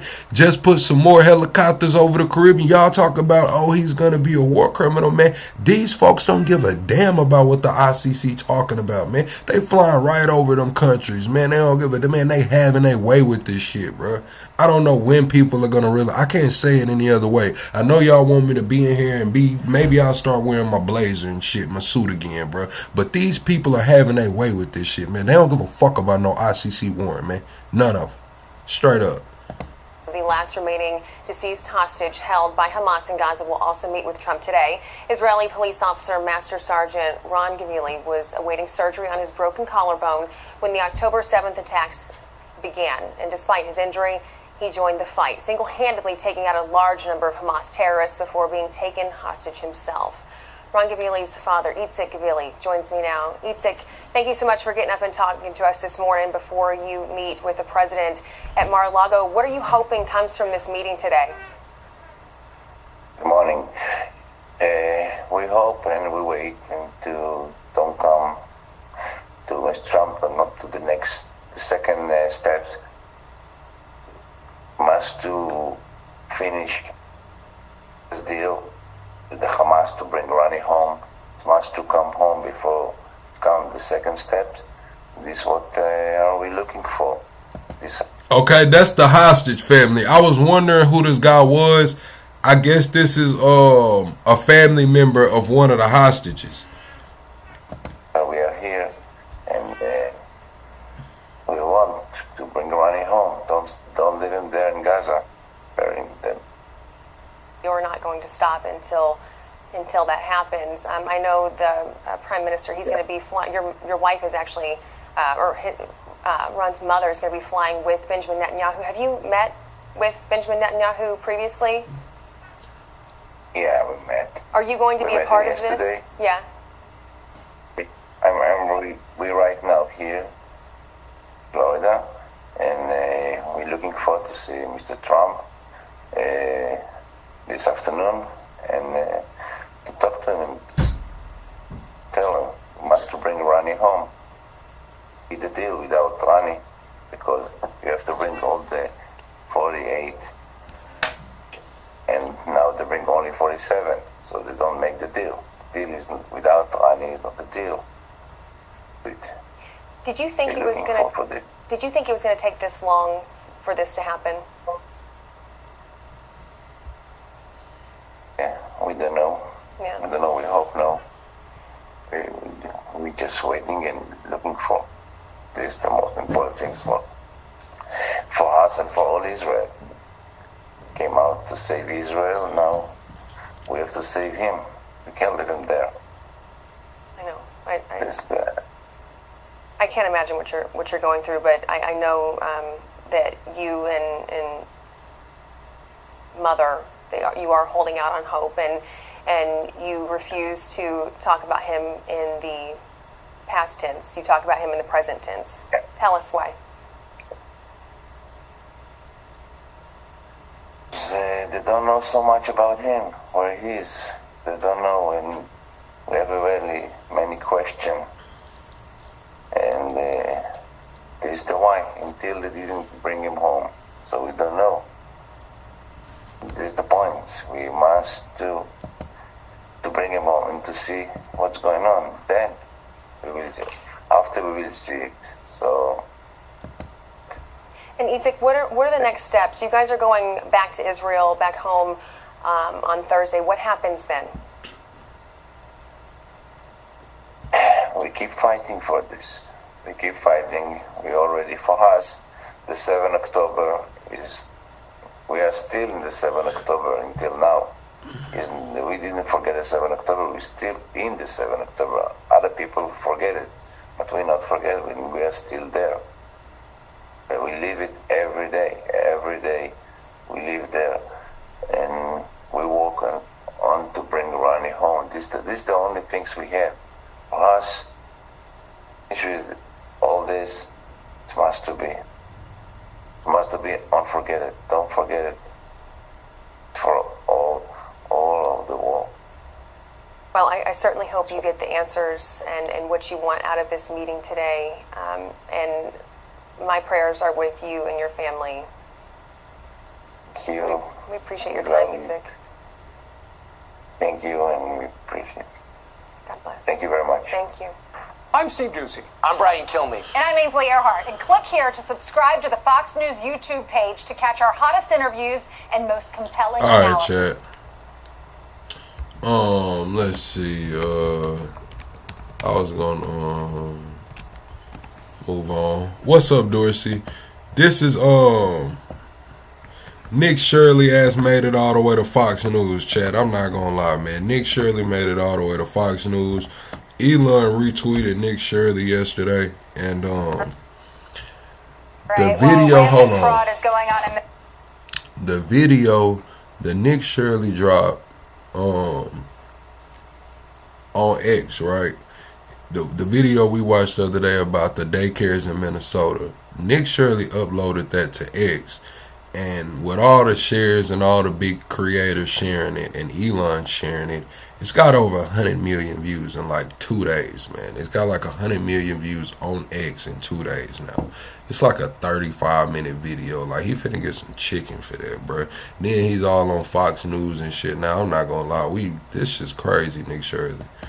And now people are coming out about his old episodes. People are really on his ass about his old episodes now. Their Lieutenant Governor, Peggy Flanagan, well, she's busy making a giant fool of herself, wearing a hijab. Thank you, Crystal. In solidarity with the Somalis. Assalamu alaikum. My name's Peggy Flanagan. I am the Lieutenant Governor of Minnesota, and I'm really honored and humbled to be here with all of you today. I am incredibly clear that the Somali community is part of the fabric of the state of Minnesota. Well, thankfully, some are trying to expose the theft of taxpayer dollars, and that's... Yeah, I'm gonna keep it real with y'all. I seen the new Minnesota flag, and they put it side by side by like the past Somali flags, and they really did put the Minnesota flag look like a Somali flag right now. I'm not gonna cap to y'all, chat. I seen it. I was like, damn, they do look similar. They do look similar, and so it just made me think of like, oh, that's why they call this shit Somaliland, cause like they got the flag and everything. That shit is crazy. Including our next guest. Joining us now is independent journalist Nick Shirley, whose video documenting those suspicious activities at child care centers in the state has gone massively viral. All right, Nick, we've had you on this show before. You know, I'm a longtime follower of yours. You've done incredible work. I know you're an incredible investigative journalist on the ground. But I guess my question is this. How much investigating did you actually have to do to find these centers, some of them that have misspelled signs? Did you just find them easily, or how did you go about this? Because it's amazing to me that nobody else besides you saw a problem here when they can't even spell on the side of a learning center, Nick. Yeah, it's a great question, and I have to give props to the man by the name of David who helped me in this investigation. He's been doing research for years trying to expose this fraud, and nobody has given him the time of day to even talk about this. So with his help and my own investigation, I've known about the fraud taking place for a long time. Minnesotans have been telling me for a long time about the Somali fraud that is taking place, and with his help. So chat, it's a lady in Columbus, Ohio that's alleging the same thing. She's begging for Nick Shirley to come to Columbus, Ohio and lead this same investigation. But one of the centers that Nick went to had been investigated 13 times and hit with like 50 violations but they were still getting the chicken, still getting the money. I'm just going to be real. Double tap the screen, shut a live out chat. We are 25 subscribers away from the next sub goal, man. 25 subscribers away from the next sub goal. We were able to crack over $110 million in fraud in one day. The tip, when people say it's the tip of the iceberg, it really is, because there's billions of fraud inside the state of Minnesota right now. Nick, kind of on that topic, you said that, I believe you just said his name was David, has been researching this for years. In your experience? Like where I'm from, Chad, it's not a large Somali community. I'm just going to be real. I've never really seen Somalis like that. I can't lie. So I don't have any negative experiences or positive experiences. I mean, I got some Somalis in the chat that I fuck with, like cool people. But I'm from Arkansas, Chad. Y'all know that. I grew up in Arkansas. It really wasn't, it was black people and white people, if y'all, and mixed people. And that's just how I grew up. You know what I'm saying? It was black people, white people, and mixed people. Opinion, just spending the day you spent out there tracking this down, is there any way that this hasn't reached the governor of Minnesota, Tim Walz? I mean, take aside ongoing litigation or what have you, but is there any way that he could claim ignorance on this, just in your experience over this investigation? Oh, it's so obvious. If you're living in Minnesota, you have to raise your eyebrows and think, what's going on? Literally, if you drive around Minnesota, around Minneapolis, you'll see daycare centers, autism centers. You will then see transportation companies that have snow piled up as if they haven't moved in months. And then you also go into buildings where there'll be 20 healthcare companies, 14 and 20. I don't care what Minnesota puts on their damn flag. See, that's the problem. That's the problem I have with y'all that come in here, man. When we get on these topics like this, that's the damn problem. I made an observation. I said that I seen the new Minnesota flag and I seen the old Somali flags, and they look similar. It's an observation. Now you telling me I got, let me read your comment. I don't want to take you out of context. Let me not take you. I think the bigger question is why you think you can tell a state what they can put on their flag. I didn't tell them what they could put on there or what they couldn't put on there. Personally, I don't give a fuck. I just made an observation and said that they look similar. I don't know why your panties are in a bunch. It is what it is, though. I don't care what they put on that damn flag. The video that I published on X and YouTube. So it is like a kindergartner could figure out that there's fraud going on. Never been to Minnesota. Probably will never go to Minnesota. Damn sure don't care what they put on their flag, honestly. Nick, one of the most no disrespect to Minnesota. Shout out. Posted was the reaction of some of the Somalis that you were interacting with. The one clip where they called the cops on you for simply asking about some of the healthcare companies, the 20 healthcare companies that were located in one building. Tell us a little bit about what your interactions were like on the ground. Yeah, they couldn't even give me, I gave them plenty of opportunities to just answer simple questions. I wasn't going in with some crazy hard-hitting question. I was asking them exactly from the paper, where's this money, where are the kids, you have a capacity for 99 children, where are the children, and why are all the windows blacked out? So these people simply could not answer the most simple questions as to where are the children inside these daycare centers. Okay. Nick, when I was your age, I used to watch all the local news stations, and every local news operation had a guy, a roving reporter, who would go around and find waste, fraud, and abuse. Are there local reporters like that in your area, and why do you think they weren't doing the work that you did?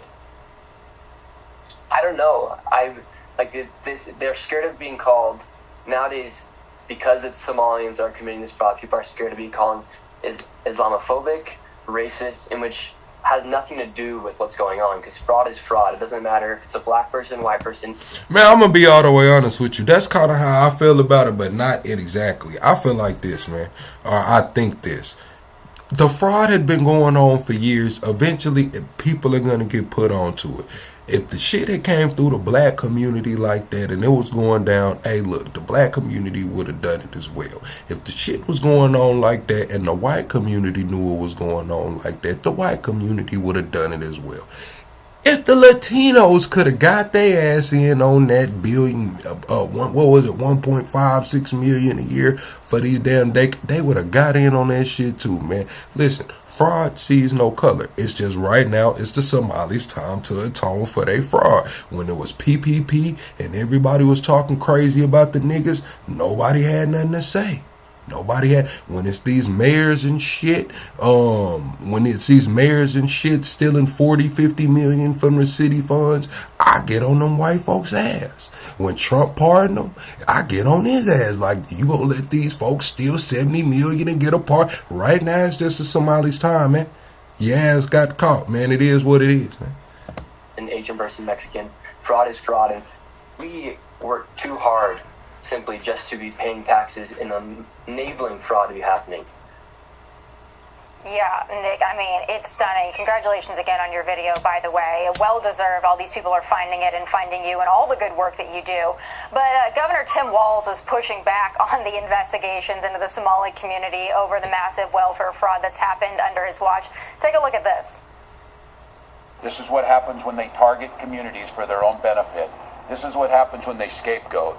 And this is what happens when they no longer hide the idea of white supremacy. So it sounds to me, Nick, that Governor Tim Walz is saying that you and others that are out there trying to expose this, you're doing it because you're white supremacists. What is your response to him? Yeah, Tim wants votes. There are entire apartment complexes where white people have been pushed out of these apartment complexes because Somalians have taken over and they're inside of these towns like Minneapolis where they can go get What's votes up, Essence? People. And if you have 100,000 people that will vote for, yeah, we gonna get on Gavin Newsom. Don't worry about it, man. Cause I got the poll is Newsom versus Vance. We gonna get on Gavin Newsom and his damn near they damn near fumbled $1 trillion out there in Cali, man. They damn near fumbled a whole trillion, man. It's crazy. For you, because you're gonna enable and let this stuff happen, and because you're gonna. I don't know if it was really $1 trillion, but it was a lot of fucking money. White person racist for calling out facts. This is what's gonna happen to a state like Minnesota. Minnesotans, they say Minnesota nice, but they are very upset, and I fully understand why they're upset, because they don't have a governor who's actually working for them. He's actually working against them.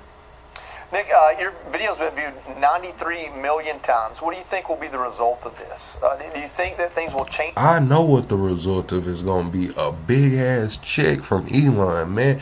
That Twitter check is finna be crazy this month for Nick Shirley, bro. The YouTube check too, bro. But that 100 million views, bro. 100 million views on a 34-minute video on X. Man, Nick Shirley Twitter payout finna be stupid this month. I'm talking about crazy. Of bringing attention to this, or do you think it'll be much the same? Sweep under the rug and keep moving forward? Yeah, there better be change. People are demanding it. The investigations have been launched just from that video alone. And so there better be change because, like I said, we work way too hard to be paying taxes. We work way too hard. So, yeah, Nick Shirley is definitely the police now. You know what I'm saying?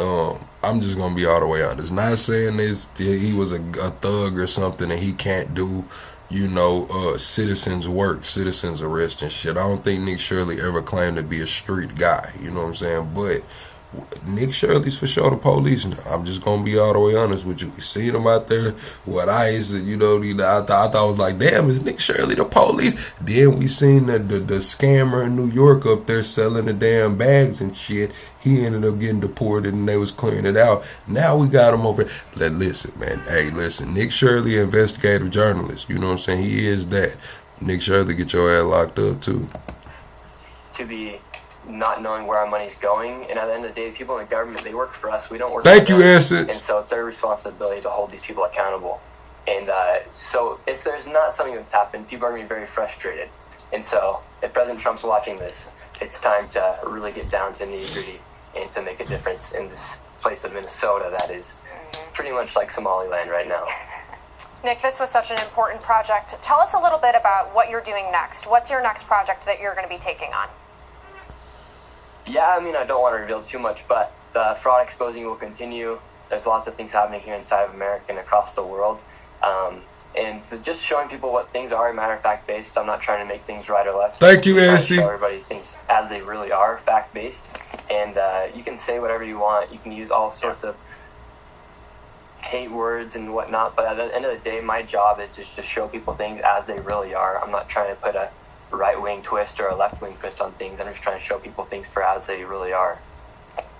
Nick, I love that you're independent, and this is the age of the independent journalists. Someone named Barry Weiss had a Substack. Now she's running CBS. Let me ask you, any job offers? Any networks want you to jump in and run their operation? They might need help, a lot of them, but no, I'm 100% independent, and that's the reason why I'm able to do what I'm able to do is because of people supporting me and people watching my videos. So when people support, it really means the world, whether it's just through simply watching, donations, anything like that. It really does make a difference because everything I do comes right from my fingers, so I don't have to go through a whole entire editorial desk or a newsroom to publish something. It all just comes straight from me, my camera, and the people that I surround myself with. Well, Nick, we really appreciate everything that you've done and your continued success, and of course your safety as well. I'm not gonna lie, Nick Shirley hit 1 million subscribers on YouTube and got the piping all the way up, man. They took that man to the White House and see. That's what I say, The Chad. stink that gets made on. There are certain things called industry plants, and then there are people who, put in the groundwork. Now, Nick Shirley been doing this shit for a while, you know what I'm saying? Now, they did turn the lights on for him right here, though. He went out and did investigative journalism. He knocked on all of these doors, got viral content, and the shares and shit hit at the right moment, and now Nick Shirley's gone, bro. He's gone. Like, he's gonna have the insider access, the same insider access we talk about some of these creators have, who they can go back and forth to the White House and go here and go there, and they're insiders, you know what I'm saying? Nick Shirley is here, you know what I'm saying? He's there right about now. But this is Anna talking about Gavin Newsom and the homelessness scam. I forgot how much money they said they sent out there. Was it like $780 million went to homelessness, like in one of those? The left quite often is this idea that if we just spend more money on solving a problem, the problem will be solved. And that's not the case, especially in a state like California, which has been grappling with a high number of homeless individuals. We do have a housing shortage in California. Alright, this is Anna. But look, chat, double tap the screen. They said we only got 83 likes. I need everybody to double tap the screen. That's how you support the channel for free. We are 25 subscribers away from the next sub goal. We go live every single day over here talking politics, current events, and entertainment. Also, if you're having a good time this morning, press 4. If you're having a good time, press 4. If you're not having a good time, get the fuck out. Do all over the country, but it's particularly in California. We have 181,000 homeless people in the state. And so Gavin Newsom, who very obviously is planning to run for president in 2028, is very likely going to campaign on his signature homeless housing program, which is known as Project Home Key. The only issue is reporters have not been doing a good job in covering it. There's been a lot of lies in the media, and I did an investigative report for Real Clear Investigations to just kind of unearth some of the fraud that's taken place as part of this system. So let me give you the details as we know them. Yeah, that's as Anna. California Governor Gavin Newsom prepares to run for president, he is likely to tout his signature homeless housing program. But it is important to know that it's been riddled with fraud, and in the 5 years that it's been in place, homelessness has actually gone up by 20%. Yes, homelessness is going to go up by 20% because people in certain states, listen, man, certain states don't give a damn about people that's deep into addiction. I'm just gonna be all the way honest with you, man. Your ass deep into addiction. You done left for rehab or two. They ain't got nothing for you. So those people find ways to track west. It's like the damn gold rush, where everybody was going west during the gold rush. They taking their ass to California, and they taking their ass to Oregon and Washington State and shit, man, so they can get high, stay in their addiction, and get help. You know what I'm saying? Get benefits and not have to do shit, man. I'm telling you, that's why homeless, they spent all of them damn hundreds of millions of dollars, and homelessness still went up 20%. Cause shit, It's good over there, man. We hear Dorsey talk about it all the time, man. Come to California, man. They gonna take care of your ass. Straight up. Meantime, this program has already spent close to $4 billion. Oh my gosh. And the whole idea is for the state to provide grants, and these grants are funded through state taxes and federal taxes, okay? Provide grants to local governments where they take... Man, I was on live on this one platform, chat. I forgot what platform. Oh, I know what platform it was. It's a live streaming platform. And it was this couple, bro.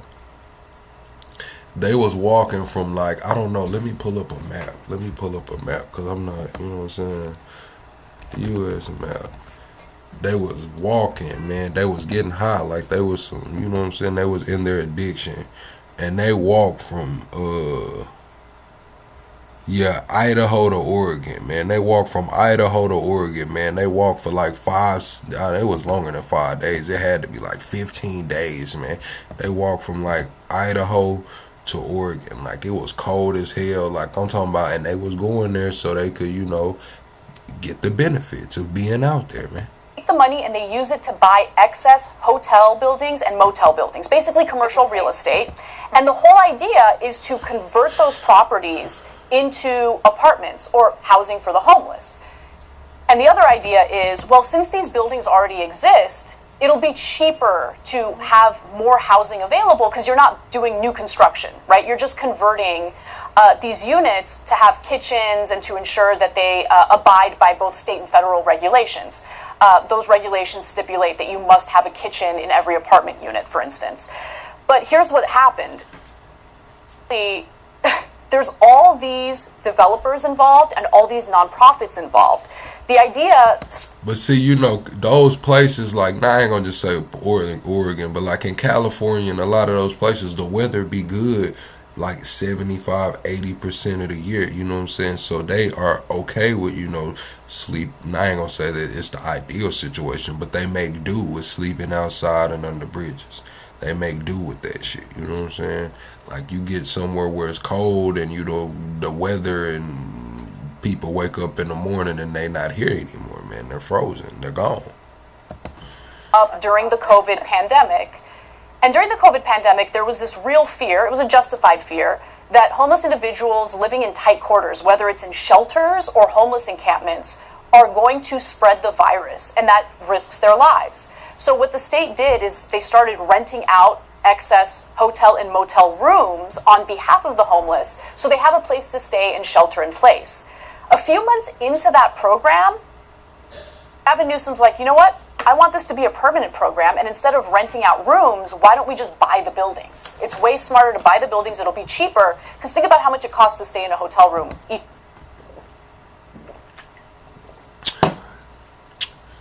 So Mamdani got that shit out Gavin Newsom playbook. Gavin Newsom was buying the hotels, making the shit permanent.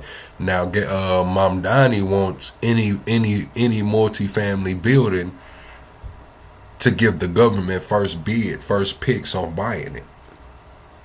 Okay. Mamdani took a little piece of Newsom's playbook, man, and tripled down on that bad boy. It's crazy.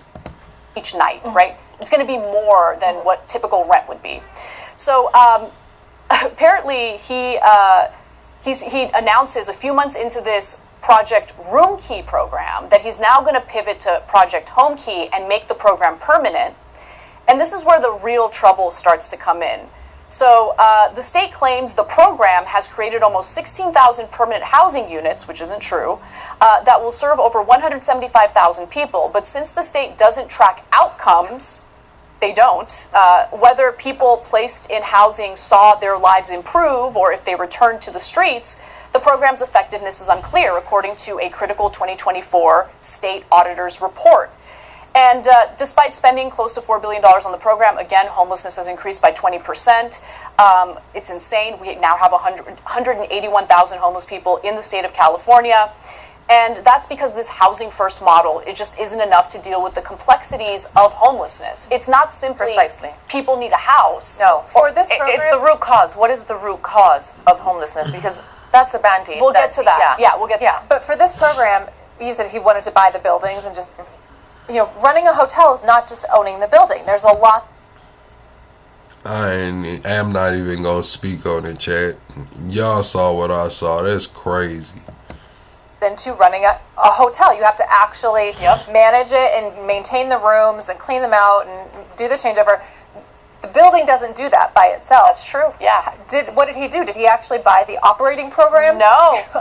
So basically, what he did after the pivot to Project Homekey, the permanent housing idea, and remember, he pitched it as permanent supportive housing, where people are going to get mental health care because there are a lot of people out on the streets who are struggling with mental health issues, right? But here's the issue.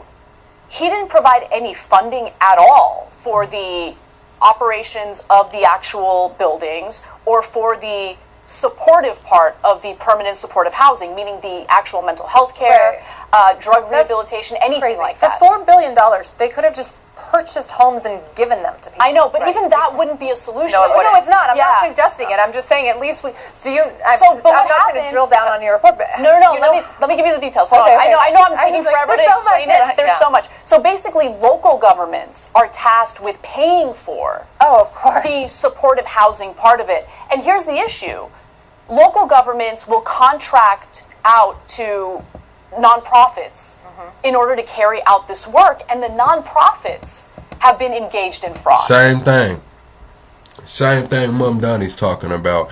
The nonprofits gets first dibs on all multi-units that are being sold. You can't even sell it to your little brother or your cousin because Mamdani's going to put his foot in between the door and the damn door frame and say, let us take a peek in here and see if we want it first. Man, shit is crazy, bro. So there's fraud at every step of the way. The local governments will contract the developers who are tasked with converting the housing units, and the developers themselves are engaging. By the way, two of those developers were just arrested. Federally indicted. Right. Yes. For misusing $2 million for Amex expenses on luxury items and vacations. Yes. And by the way, the $2 billion that Anna was talking about, that was just a slice of the $14 billion pie. Of the buildings that have been purchased, or however far this gone, do you happen to know, or did they put out how many buildings have been purchased? I know it's easy to say. They do put that out. Okay, but they also lie about some stuff. So let me give you a few examples. Okay, specific examples. LA County, for instance, received more than $500 million, $550 million in Homekey funds between 2021 and 2024, which was used to acquire 32 buildings with 2,157 rooms. An investigation by Westside Current, that's like a local paper, found that 71% of the units remained vacant as of May 2025 due to construction delays. But you know what they do? They put out press releases, making it appear as though these buildings, there's progress, these buildings are done, we now have all these housing units, but that's not true. On top of that, the city of LA severely overpaid for said properties. I'll give you a specific example on that. So, in the city of LA, the Housing Authority used $48.9 million in Homekey money to acquire and complete a building that was under construction. So there was a developer chosen to do it. The building has 127 units, okay? But a similar project in the area would typically cost roughly $18.8 million, not $48.9. This is why you don't want government engaging in what should be private enterprise. Let the private enterprise do the work. So there was a markup of 165%. And the taxpayers are the ones who are getting bilked here. And guess who's donating to whose campaign? Exactly. I'm very sure. I'm just going to go there. They're funding Gavin Newsom. One of the biggest industries that fund Gavin Newsom is the real estate industry. Mm-hmm. He's getting his back scratched every step of the way. Of course. And guys, understand, it's not helping the homeless. That at all. We have more homeless people now. Yeah. The program not only hasn't worked, it not only has stolen money from taxpayers. It's not. I don't think it is. All right, man.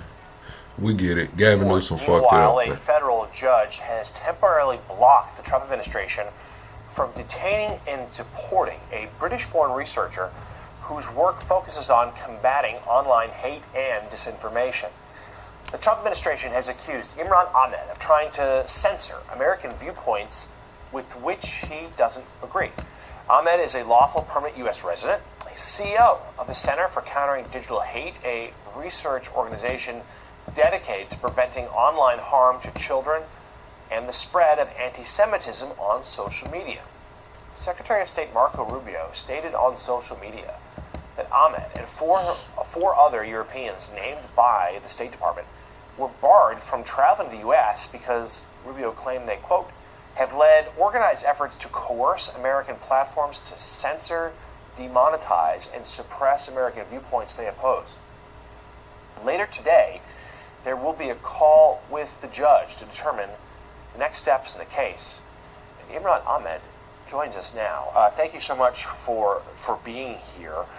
We just heard from Jacob Sobroff in that report how immigration and deportation has in many ways defined this year in the United States. Your case a little different than some of what we've seen in terms of masked ICE agents and the like, but no less upsetting and troubling to many. Talk to us, if you will, just about first why you think you and a couple of your others have been singled out. Well, I mean, you know, I watch those images and I think to myself, that's not necessarily me. I mean, I've dedicated my life to trying to spread trying to stop the spread of anti-Semitism online, trying to protect kids online. We do important research that's taken seriously by governments, like foreign governments, but domestic governments too. We work with states. When I first moved to America, I was given a Alien of Extraordinary Ability, an O1 visa, by the Trump administration. I worked with the Trump administration on anti-Semitism. And then you find yourself in this extraordinary position where just before...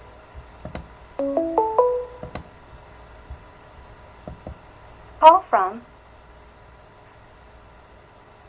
To accept, press 1. To send a voicemail, press 2. What's your name, caller? Where you calling from?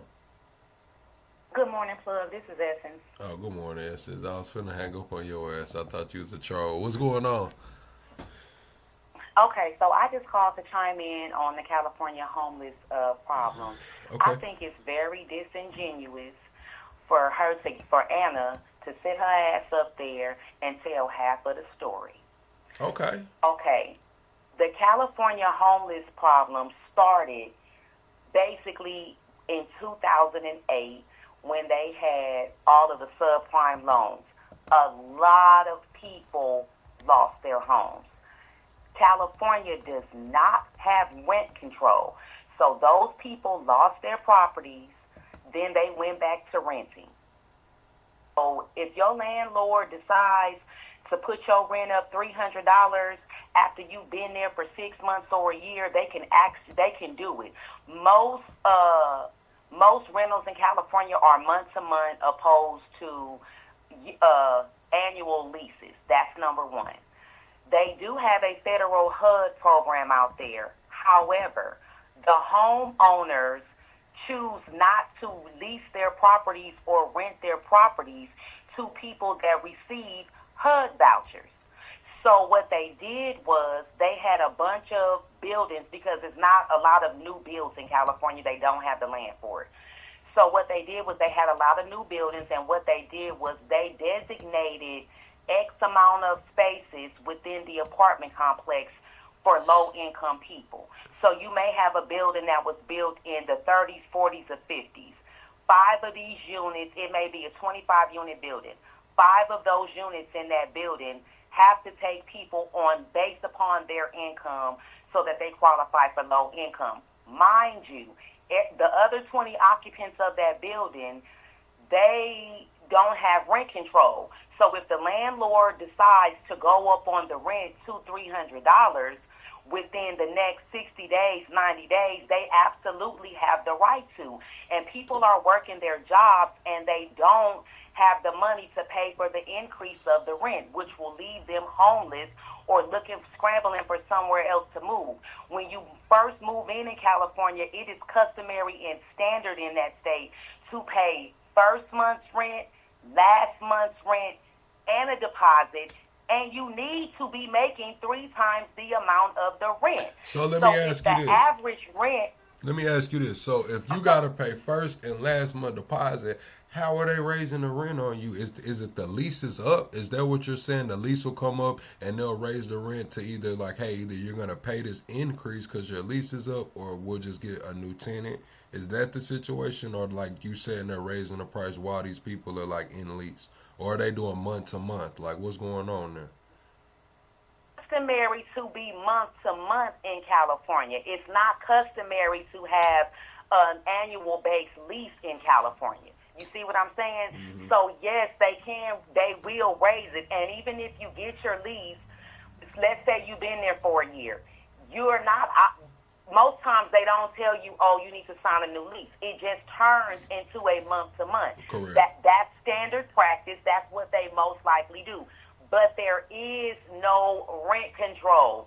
So there is no law in place that says homeowners and not mortgage company, apartment management companies have to abide by these rules. You're not allowed to increase the rent X amount of price before this, that, and the other. They only have to abide by it needs to be at market value, and the market value is extremely high. So she said. So yeah, this is the same thing. This is Arkansas is the same way. It says Arkansas does not have any statewide rent control laws. Cities and counties within the state are prohibited from enacting their own rent control ordinances. So they can't even put your own in the city. Like Mamdani would try to do it in like a New York City. You can't even do that in Arkansas. So the state, the cities and counties can't do it either. This means landlords are free to set and increase rental prices without statutory limits, subject to the terms of lease agreements and proper notice requirements. Rent increases can occur at the end of a lease term or for month-to-month tenants, provided the landlord gives at least one rental period's notice, typically 30 days for month-to-month agreements. So yeah, that's exactly what you said. 30 to 60 days. So imagine your rent increasing $300 in 30 days. Shit. If you don't have it, you have to move out. If you don't find a place to stay, now you're technically homeless or you have to face an eviction. You can't pay your rent.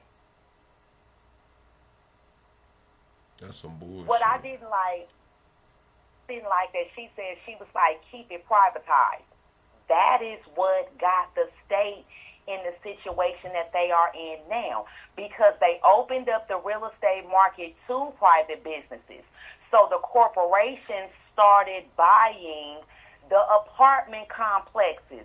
When they bought the complexes, a one-bedroom was damn near $300, and then they had stipulations. You know, only this amount of people can stay in the house or in the apartment. You can't do this. You can't do that. No firearms. No firearms. Well, you in Cali anyway, but for sure, that's what they're doing too. Like even in the South, these certain rental companies are buying up these properties, and they're gonna put that straight on there. No firearms.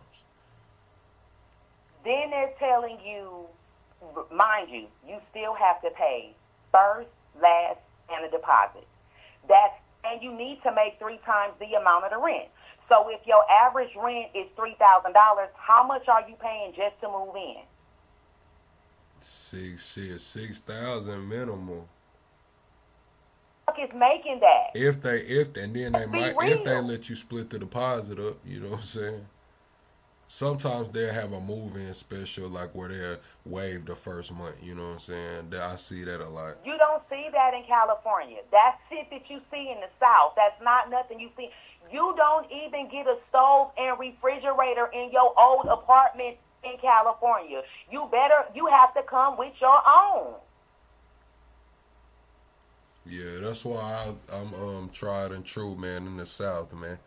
The deep South specifically, you know what I'm saying? I'm just gonna be all the way honest with you. All of that city folk life ain't for me, man. I'm gonna keep it real with you. My landlord come in there and tell me 30 days and he raised the rent, I'm gonna be a little upset. You said it's always 2 sides to the story. OG Pal, appreciate that $10, man. I hope you doing all right, OG Pal. I'm just gonna keep it all the way real. I just have to, cause in the South you can, it's not easy, but it's easier to find a private landlord, a private landlord. Even the private landlords, though, they still go by the same rules. So, okay, They were talking about the federal government. We all know that they have federal housing. And you could get your federal housing in California, but you have to find somebody that's willing to rent to you with a housing voucher. And they will not rent to people with a housing voucher. It's so hard to find housing out there, even if you have a job, even if you've been a good tenant, even if you have great credit. I just don't understand. It's just hard to find housing. It's a logistics problem, man. It's like y'all have all of that land out there, and it's a fucking housing problem. It's just, that's elementary. They have all the land where? In Cali. Central California? That's I'm not talking farmland? about Central California. Because y'all all congested right there. I'm saying California as a state has all of this fucking land. These programs, a lot of them expand statewide. Motherfuckers need to start developing and stop living on top of each other, man. I understand it's easier said than done, but I'm talking to Gavin Newsom more than I'm talking to the residents. Okay, you have to also understand California has earthquakes. Correct. You cannot predict when an earthquake is happening. They're on a fault line. They're built on the coast of a mountain range. So you have environmental issues that prevent you from building in certain places. California code laws building code laws are some of the strictest code laws in the nation. If you are trying to be an electrical journeyman, if you get your electrical journeyman license in California, you can pretty much be a journeyman anywhere in the U.S. Versus if you get your journeyman license somewhere else, you still have to be able to meet the standards and the codes for California. Okay. They want to make sure that everybody is safe. And certain places that don't have the same type of issues that they have, they don't understand that because they don't face the issue. Okay. You ain't never been woke up in the middle of the night with the ground shaking underneath you and all your shit falling off the wall and on you. Correct. Okay, so let me address your point, and I'm gonna address Monique in the comments points. I have not experienced earthquakes. I've lived in Tornado Alley. It's a different situation. But I would kind of assume that the earthquakes, once you go a little more inland, the earthquakes are a little different, right? No, they're not, because most of California is built, it's mountain ranges and valleys. So you're either at high altitude or you're really low. And the way earthquakes operate is even if you don't operate from the epicenter. So it could be an earthquake in Central California. People in Southern California are still going to feel it, especially with the aftershocks, because it radiates out. All right, let me respond to Monique. She said, how can you up and move with a family and a limited income? That's what I was saying, that it's kind of more towards Gavin Newsom and the people around him, because they're saying that $4 billion went to hotels that are 70% unoccupied. They're still paying these monies, you know what I'm saying? They're probably still putting it on the rolls like all of these units are occupied. The money's just going down the toilet. So we could redivert that money. Maybe we don't put people isolated out somewhere crazy, but maybe we make developments where there can be developments. You know what I'm saying? Like shit. But this is. But and that's listen, what I'm saying. Hold on, let me finish this. And I'm not saying it'll make an immediate change, but the more and more infrastructure that's built, the more and more of these communities that pop up here and there that are just being built, I see it happen in Texas all the time. I'm telling you, I'm watching it.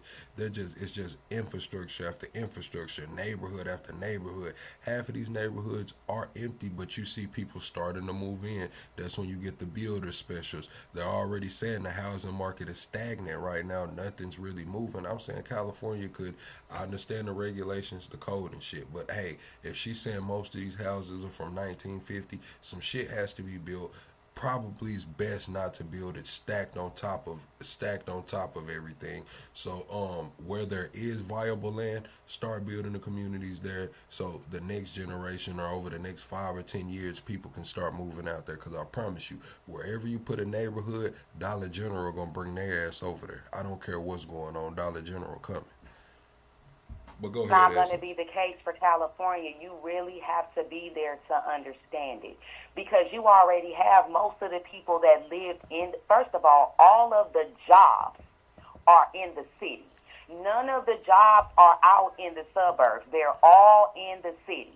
So you have to have the adequate transportation to be able to get back and forth to work. The average person that lives in Southern California is already doing an hour and a half to a 2-hour commute back and forth to work because they can't afford to live in the city. And this is not flat land. So you are not driving back and forth on a flat road like you do in Texas. You are driving on a 2-lane freeway that's on the side of a mountain, and your elevation is 850,000 feet in the air with a small guardrail to keep you from falling over the side of the mountain, off the cliff into the ocean. They have done some infrastructure change, and they opened up some freeways. Like you can now commute from the IE back into that's like the desert part back into LA, but that freeway is always packed, and it took them a long time to go through the mountain and even get that part done. What Gavin Newsom did was he bought the buildings that were already like hotel and motels because the apartment buildings were bought by the corporations, and the people could not afford to move into the structures that were already there because the corporations will not lower their requirements. So they bought what was available to them to put the people in there. You had people that lost their homes or sold their homes and just bought mobile homes. They parked their mobile homes on the street because they could not afford to live in the apartments, and all of the apartments was empty.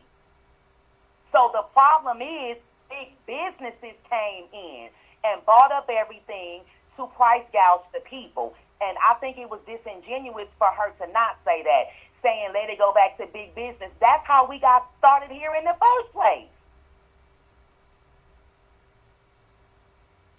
Okay.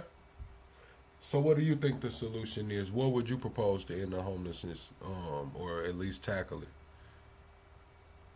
I think what he did is sufficient as far as allowing the people to get rooms, and they may have to add extra, what do you call that? Some extra amenities to the places that they already have. They may have to rewrite the way that they do, for their vouchers, because it is a federal program for them to be able to use. I think that's the only way you're going to be able to get the businesses to lower their standards. Right now, the businesses that own those buildings, they have a stronghold on the people because basically people need housing, but they can't afford it. Let them stay empty. After a while, they'll give up the property, they'll sell it, and then the government can come in and buy it, and the people that have the housing vouchers, which is pretty much most people, because regardless of how much money you make, you cannot afford it. It doesn't matter. You're going to end up needing some type of government assistance. It's just too expensive.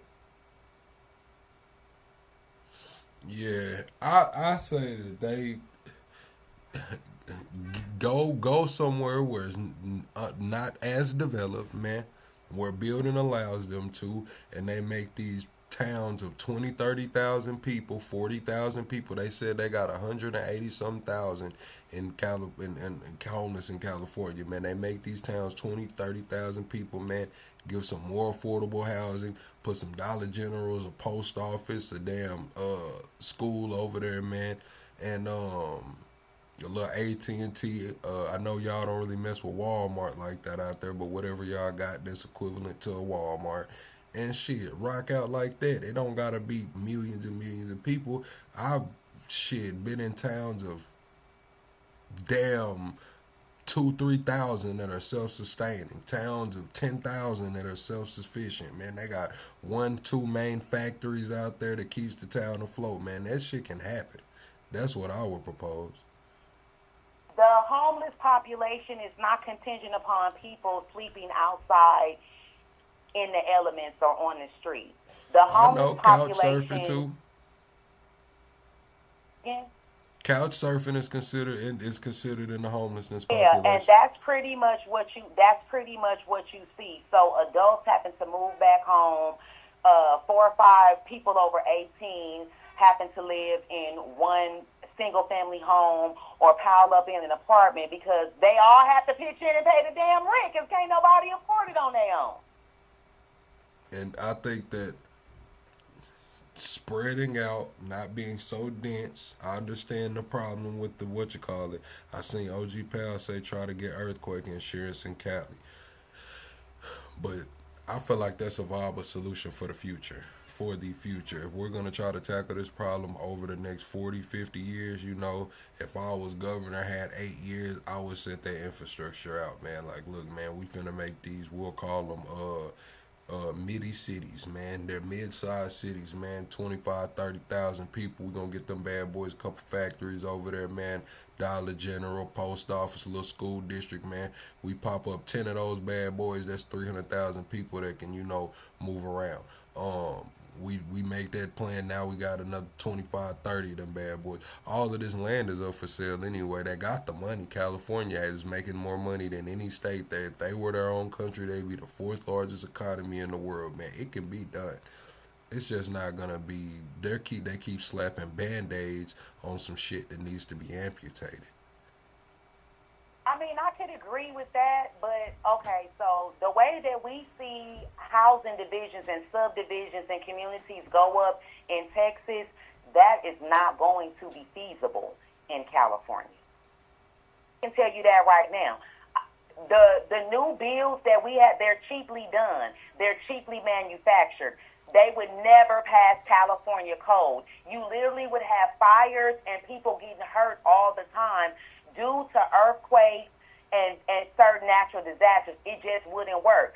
Texas is a lot more lenient. Texas is a state that's built on the businesses. They protect businesses. California protects the consumer. So what you would see is these developers, they would get sued. You would see the people suing the state all the time. You don't see that in Texas because that's why most of the corporations are moving to Texas, because the laws in Texas are to protect the businesses. The businesses can sell you arsenic in your stuff. Y'all just going to be dead in Texas. Your family may get a settlement 80 years from now. Your grandkids can get it, but you won't. That's how the laws are set up. And a lot of people don't understand that. Man, they need to cut that damn yellow tape then, man. Motherfuckers out here homeless, man. They need to cut that yellow tape. People stacked on top of each other, man, because it's not going to get better. Until there is an infrastructure... Let me tell you something else that I found that a lot of people don't know. Go ahead. During the time in the 40s, the 1930s and the 1940s, when California was really, really being developed, and a lot of people started relocating and moving out there, a lot of that land that y'all saying to use, those are considered environmental super sites. So these corporations, they did not dispose of their toxic waste properly. They took that shit to the middle of the desert and dumped it there. So if you go trying to build on top of that, people are going to be deathly sick and deathly ill because they never took care of it in the first place. They just abandoned it. Nobody was ever out there. You can research that one. Well, they need to go up into the damn, where the trees and shit at, man, where they growing all of that weed, man, and make some damn infrastructure out there, man. Is that people's farmland, though? Man, listen, eminent domain been going on for how long? Shit. They ain't never been bashful. I ain't with it, though. They shouldn't, but they should offer them a price, man. A lot of these people probably want to get out the game, man. Oklahoma weed done took over and shit, man. I feel that they need to, me personally, I think they need to make a law in California that does not allow major corporations to come in and buy up so much of the property. I think they should be allowed to only get a certain amount. I think that will even it out. Because at one point, that's what it was, and it worked. That's why so many people moved there. When they changed it, is when it started going haywire. Go back to what you did previously. Okay. I get it. I get it, man. I appreciate you for calling in, Essence. I want to see what Dorsey got to say about this, man. He out there in Cali too, man. All You right, got well, any y'all have a questions? good day. All right. I was finna say you ain't got no question for me. I just wanted to talk about that because that had pissed me off. All right. All right. We gonna wait for Dorsey to call in. Bye. What? Somebody else called in.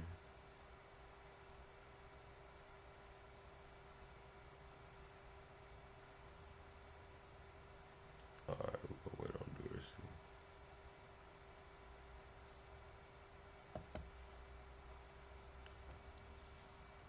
Joe Rogan talking about moving back to where?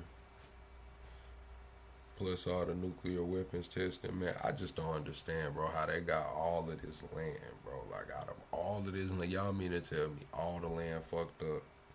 All of it. All the land fucked up, bro. Crazy.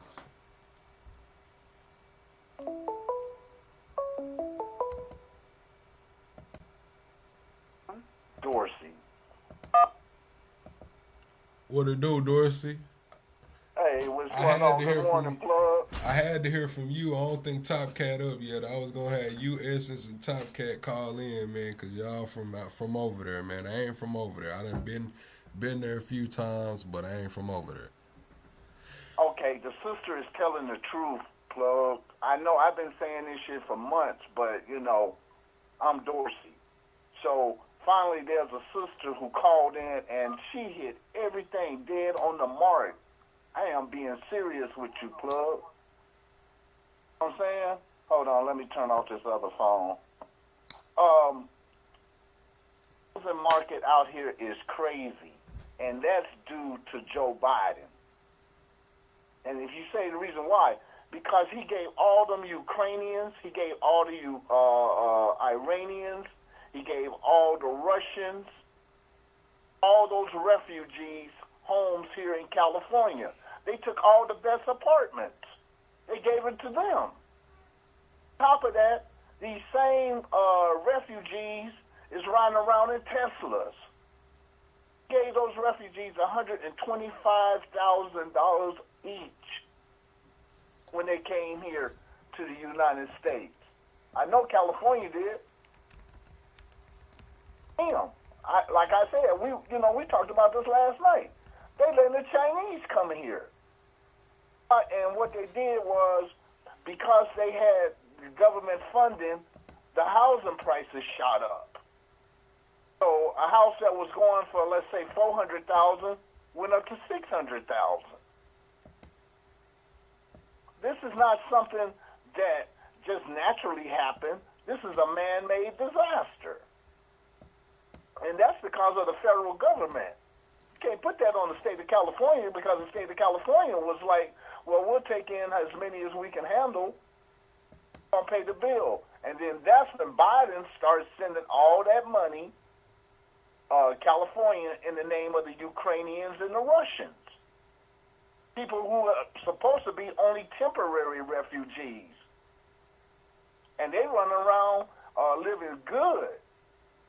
And you also got the Israeli refugees that came here, who was trying to get away from the war. You know, they up here, they out here too. They don't even speak English. You know, they over here in Woodland Hills, going to the European bread shops, buying their type of bread. And then they being very disrespectful to the people who live here in California. They said they tired of you blaming Biden, man. It ain't Biden's fault. Check this out. I'm blaming whose fault it is. In charge of immigration. He was in charge of the Ukrainian war. He was in charge of immigration. So don't come at me talking about that shit. I'm not no damn Democrat. I'm an independent. Y'all whine. We live here in California. We the people who have to deal with it. Other thing that people didn't want to talk about is, you know what SoFi Stadium is, right? The brand new stadium they built, right? That's where the Rams play? Yeah, over in Inglewood, right? Okay, I know what you're talking about. As soon as they finish they stadium, they raised all the property tax in the area. So black people who was living in houses that, they've been generations, their grandmother's houses passed on, they increased the state property tax that forced the people to have to sell their houses in order to keep a head afloat. Mm-hmm. What's really going on? They're pirating people's property out here because everybody wants to live out here in California. Now, I also mentioned you got people from Ohio, Tennessee, and so forth coming out here to California because the states are driving these people out. I'm being 100 with you. Last year, I ran into a family from Tennessee. They was white. They were skilled workers because they did carpentry and all that. When I talked to them, they said that in Tennessee, that they got a law about people vagrancy and loitering. So if you didn't go live in a shelter, a homeless shelter, you were arrested. You couldn't just park your truck or your camper on the side of the road and just mind your business and live. They was arresting people and locking them up. So then what them people did, just like, the Beverly you Hills gotta building, you gotta buy an RV or campground spot. I think them like $30 a day. Yeah, but these people couldn't do it because they were overcrowded. It's only made for so many RVs, and then finally, it's full. The lot is full. So they didn't build no new RV centers. Those people looked at each other, and they heard California, just like the Great Depression. It's just history repeating itself. They say California is a place where we need to go. California is the land of milk and honey. To a degree, it is true. But the people who live in California, we ain't getting none of the milk and honey. It's the out-of-towners. It's the immigrants. Now, something else they don't mention is when we go to get these apartments with the vouchers, have Mexicans being the supervisors. So the Mexicans discriminate against regular people to let the immigrants in. And then they let the immigrants stay in a one-bedroom apartment. It might be 8 people living in that apartment. Now, Gregory Stevens, there is some $30 a day camping spots. I've seen $30 a day camping spots in Texas. I've seen them in Arkansas. There was $20, $30, yeah. $20, $30. It come with the yeah, there's a camping company that have them scattered all over the nation where you can come in. They always be by some water. They're always by like the lake or something. Right, but that's meant for vacationing. That's not meant for human staying there permanent residents. So then when you got say 100 people, that was only designed for 400 people on a temporary basis, getting pollution. People ain't coming out there to dump the trash like they used to. So then the system starts breaking down because the system was not designed for all these homeless people. Handing out. Did you know that California, here in Los Angeles, they was handing out people tents, free tents? Uh-huh. And what them people did with them tents, some people set them tents up on the sidewalk. That's what we look at every day. People living in tents on the sidewalk. Taking a dump on the sidewalk. So we got, oh man, it's so much commercial property out here that's empty because a lot of the corporations and so forth just abandoned buildings. Man, there's one building that's about like, man, I don't know who Big Boy is. Somebody said, bro, check your voicemail. It's Big Boy. I don't know who Big Boy is. Go ahead, Doris. So there's buildings out here, large buildings, 20 stories that are just empty because they're commercial property. They're not used for housing and so forth. So these buildings are standing over. They put up fences, security, everything around them because these corporations knew that the homeless was coming in there squatting these buildings. We had a big, during COVID, we had a big problem about squatters, including downtown LA. And so when things started getting better, then people, started reclaiming houses and this and that. But there was a lot of people who were dead, and their houses just went empty.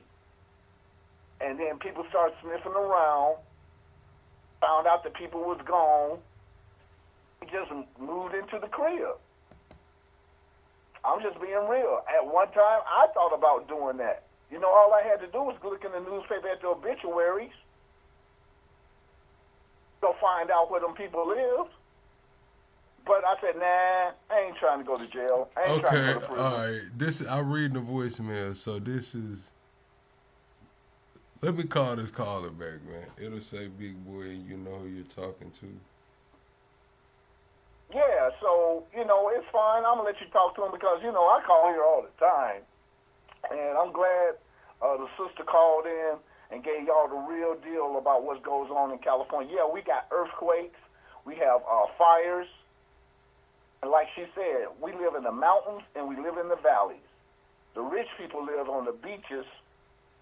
So, if you're a person who in the lower middle income, hey man, it's an everyday struggle because you got to pay for the high food, you got to pay for the high gas, you got to pay the insurance, for your car, for the maintenance, and God forbid you're sending your kids to a private school out here, better education, because all the immigrants have taken over our schools.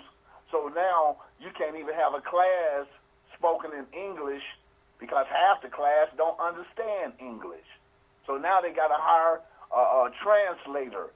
Talking about a teacher's assistant. No, they're translators because the teacher can't understand what the students are saying because they're foreigners. So foreigners have invaded California. The federal government has shit to do with it. Joe Biden has shit to do with it. That's why we didn't vote for Kamala Harris, because she said she wouldn't have changed the damn thing. It was a broken system to begin with. Hey, thank you for your time, Plug. My girl kind of sleep. I want her to send you this $10 that she promised you. All right, that's what man. I want, but she sleep.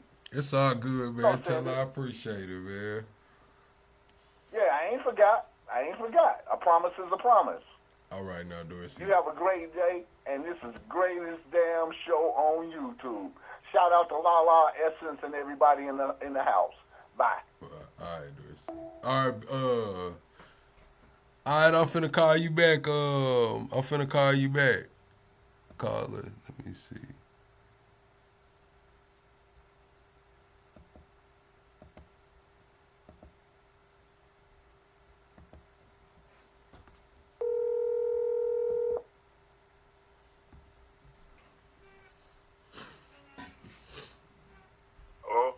What's going on, caller? Cool, man. Cool. This is my first time on here, man, and I really like this, man. I will be subscribing to you, bro. Hey, man, I surely do appreciate it. You said you wanted to speak about the California situation. Yeah, bro. I mean, I've lived in California, and I was born in Oklahoma, raised in California, and was homeless on Skid Row on 7th Street. I mean, I understand that everybody, or I ain't gonna say everybody, but some people get hit hard and they can't bounce back. But if they have help, they can. I understand, I hear a lot of people, oh man, this is that and this is that. If you go and help them, stop talking about it and go down there and grab one of them, help them. You know what I'm saying? No, for sure. It kind of makes me like, okay, everybody's talking about it, but nobody's doing nothing about it. Saying it's like, we have homeless and, somebody should help them. You going down there and help them, give them a meal. Correct. I try to practice what I preach. I just took a lot of clothes and shoes down to where the homeless hung out where I used to live, man. And I was That's like, what hey, I'm man, talking about. you know, y'all can have it. I would rather take it over there than take it to the Goodwill. You know what I'm saying? Like, I just went down there like, hey, what size y'all wear, man? Look, here go the box, man. Y'all got it. Exactly. You know what I'm saying? And, you know, like I described to you in the voicemail, you know, I'm not going to say what it is, but like I described to you in the voicemail, man, I'm going to have something built. Mm-hmm. You know what I'm saying? So people, you know what it feels like to live a good life. And I'm going to have programs to where them get back on their feet, you know, especially the vets. Trump don't give a damn about no vets, man. He don't care nothing about, I've never been a vet, but all the time, my grandfather was a vet. My grandfather was a Tuskegee Airman. My mother was born in 1939. She went to Selma.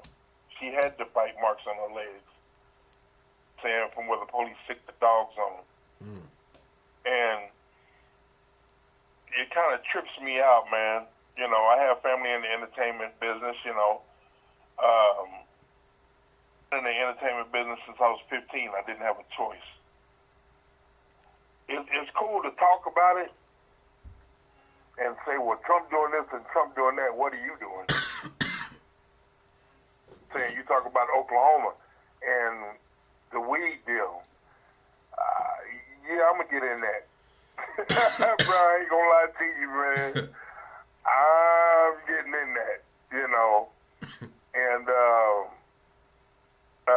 a celebrity that's really into it, I'm not going to say no names, a celebrity that's really into the weed stuff is talking about investors in some stuff in Oklahoma, but that's neither here nor there. I mean, I understand everybody's talking about the price of living and all that, you know, everybody keeps saying homeless about it. You know what I'm saying? It don't take much. Just to go down there and give a person, I've done it, go down there and give a person, you know, a Big Mac meal or something like that. It may not be much. What's that person out at that time? I'm sitting here in Texas right now. It's snowing. Over here by Midland and Odessa, it's snowing like a motherfucker over here, bruh. Okay. But morning, got some breakfast, dude. It was my last that I have right now. I went over and I gave this dude Mac meal. Well, not a Big Mac, but a breakfast meal.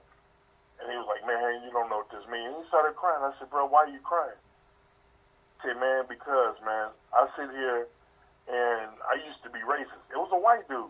I used to be racist, man. I was part of the Klan and all this. And no black person has ever given me a meal because you don't ask for it. You know what I'm saying? You can apply yourself. Some of the homeless people, come on, bro. There's too many jobs out here. It don't have to be, you know, construction and all this. And they could be working at a McDonald's or something like that, sweeping up trash. You still got money coming in. You know what I'm saying? And it's bad. You got to pull yourself up now because of the shit that Trump is doing. I mean, some of the stuff is okay, but mainly, ain't gonna do shit. You got to help yourself out now. Yeah, no, most definitely you do. It's getting back to the point to where you're gonna have a side hustle. You're gonna have a side job, side hustle. Multiple streams of income, and it's gonna be a global thing as well. It's about to get real serious, real critical, pushing into 2026 and beyond. I truly do believe that there are good people in this world. I see what you said, Essence. You must have never had a homeless person throw a plate in your face. I see that, but I do truly believe there are good people in the world that want to help. But it's gotten to a point to where there's so much profit to be made in not helping, or halfway helping, or partially helping. Right. I mean, bro. I really like your cast, man. A lot of people need to pay attention to your shit, bro. You speaking truth. You know what I'm saying? A lot of people can't tell you. A lot of people don't want to hear it, but they need to. bro. I'm definitely. You see the name. I got you. Okay. Yeah, you see the name. So, I mean, I'm not even tripping about how much taxes they took, because I still got a lot to work with.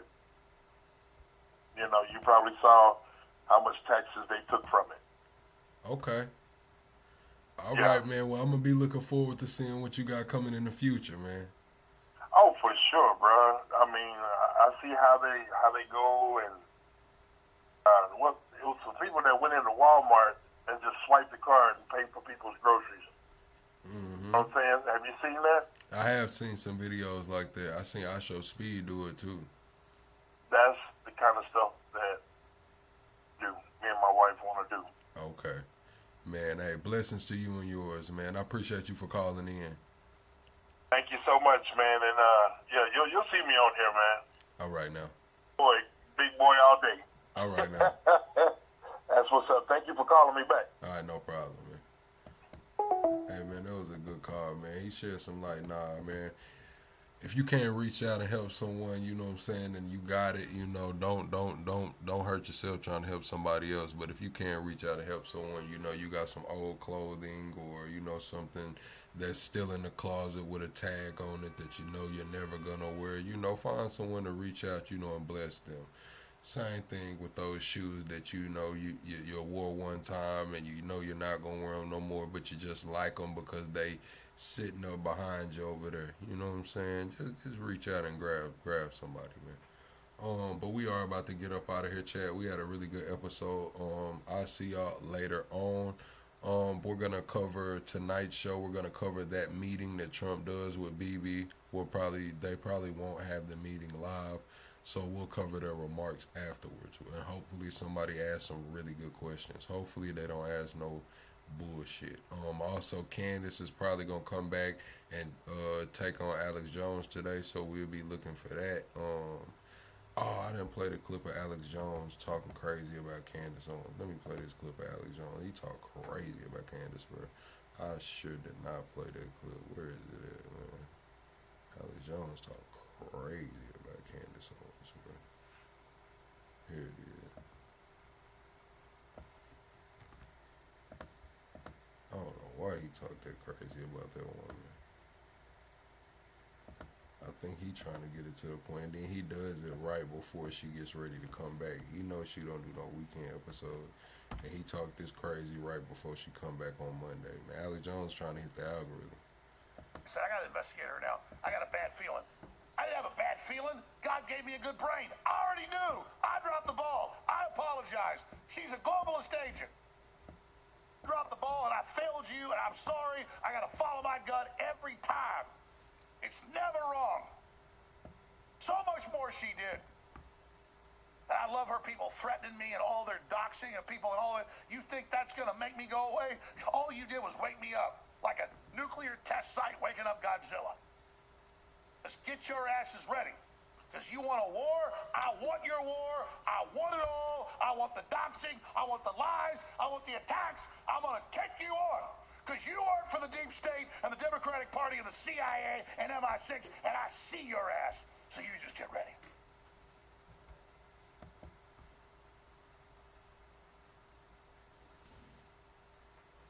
I'm going to keep it real, Chad.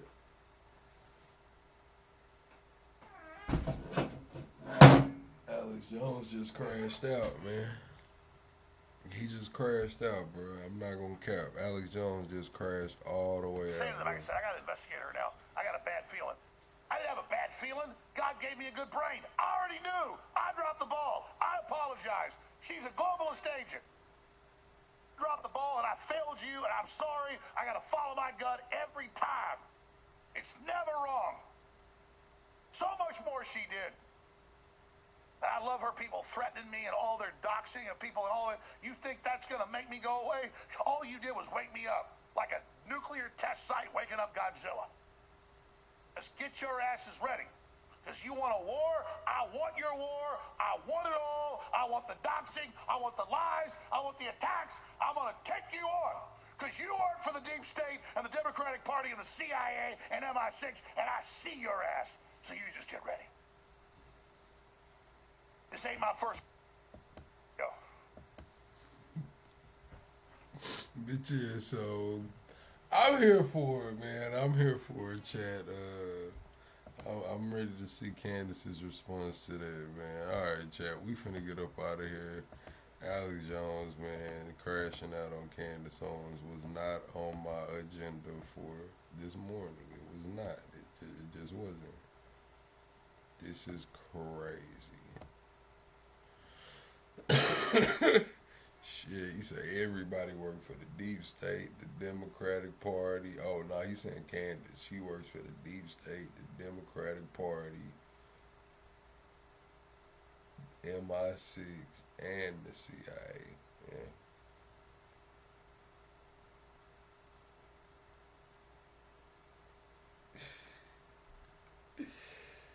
Oh, my God, man.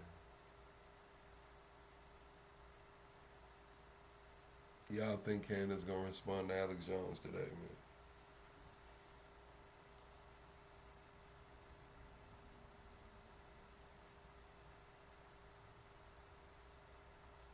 Do y'all think he gonna respond? You damn sure can't fish without a license. You ain't going to jail, Essence, but you gonna get fined. You ain't going to jail off the first one, man. You ass fishing without a license. You ain't going to jail on the first one, but they gonna write you a mean ticket, man, by $250. They gonna write you a mean ticket. You ain't going to jail though.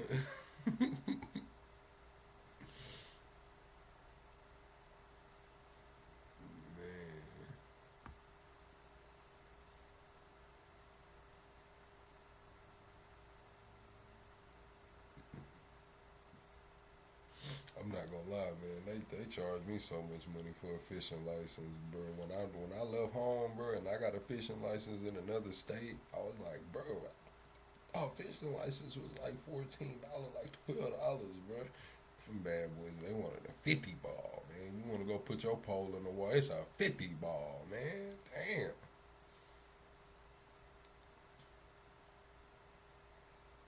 Great.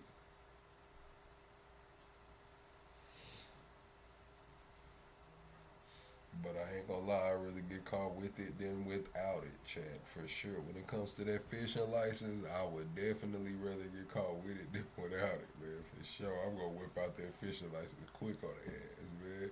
I ain't playing with game and fishing commission, man. I'm gonna pull out that damn fishing license quick. Straight up. Leave me alone. Oh.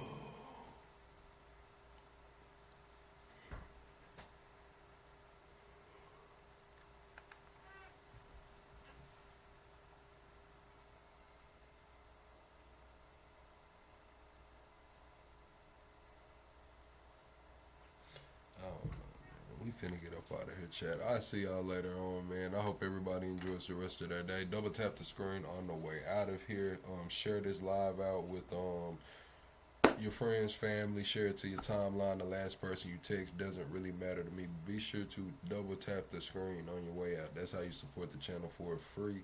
And mods, drop the Discord, man. If y'all want to join the Discord, the mods will drop the Discord. It's not gonna be clickable, so you have to screenshot it.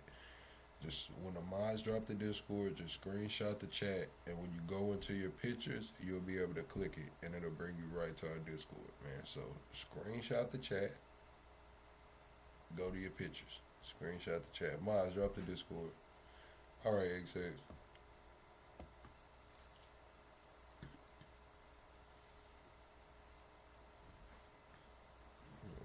Let me see, maybe I can drop it. Let me try to drop it. Hold on. I guess everybody can swear. She got me creating a channel. I just want to invite somebody to this sermon. Invite somebody to it. Invite somebody. Thank you, Essence. Thank you, Big Niche. Alright, chat. That's the Discord, man. Screenshot the chat and go to your pictures and you'll be able to join up, man, and Catch us over on Discord. All right, chat. While it's free, catch us in the Discord while it's free. It's probably about, man, listen, chat. In May, the Discord not gonna be free no more. I'm just gonna let y'all know that shit heads up, cause I got some big plans for our 3rd year, man. Year 1 is down. Year 2 will be down. So for the for our first, starting on year 3, man. Yeah, it's gonna turn up, man. We're gonna have some crazy shit going on. It's gonna turn up, man. It's gonna be, we're gonna take the channel to another level, man. And the Discord won't be free no more, man. So join the Discord while it's free, man. Before we put that, before we put something on it, man. Join the Discord, man. Tell a friend and tell a friend. All right, chat.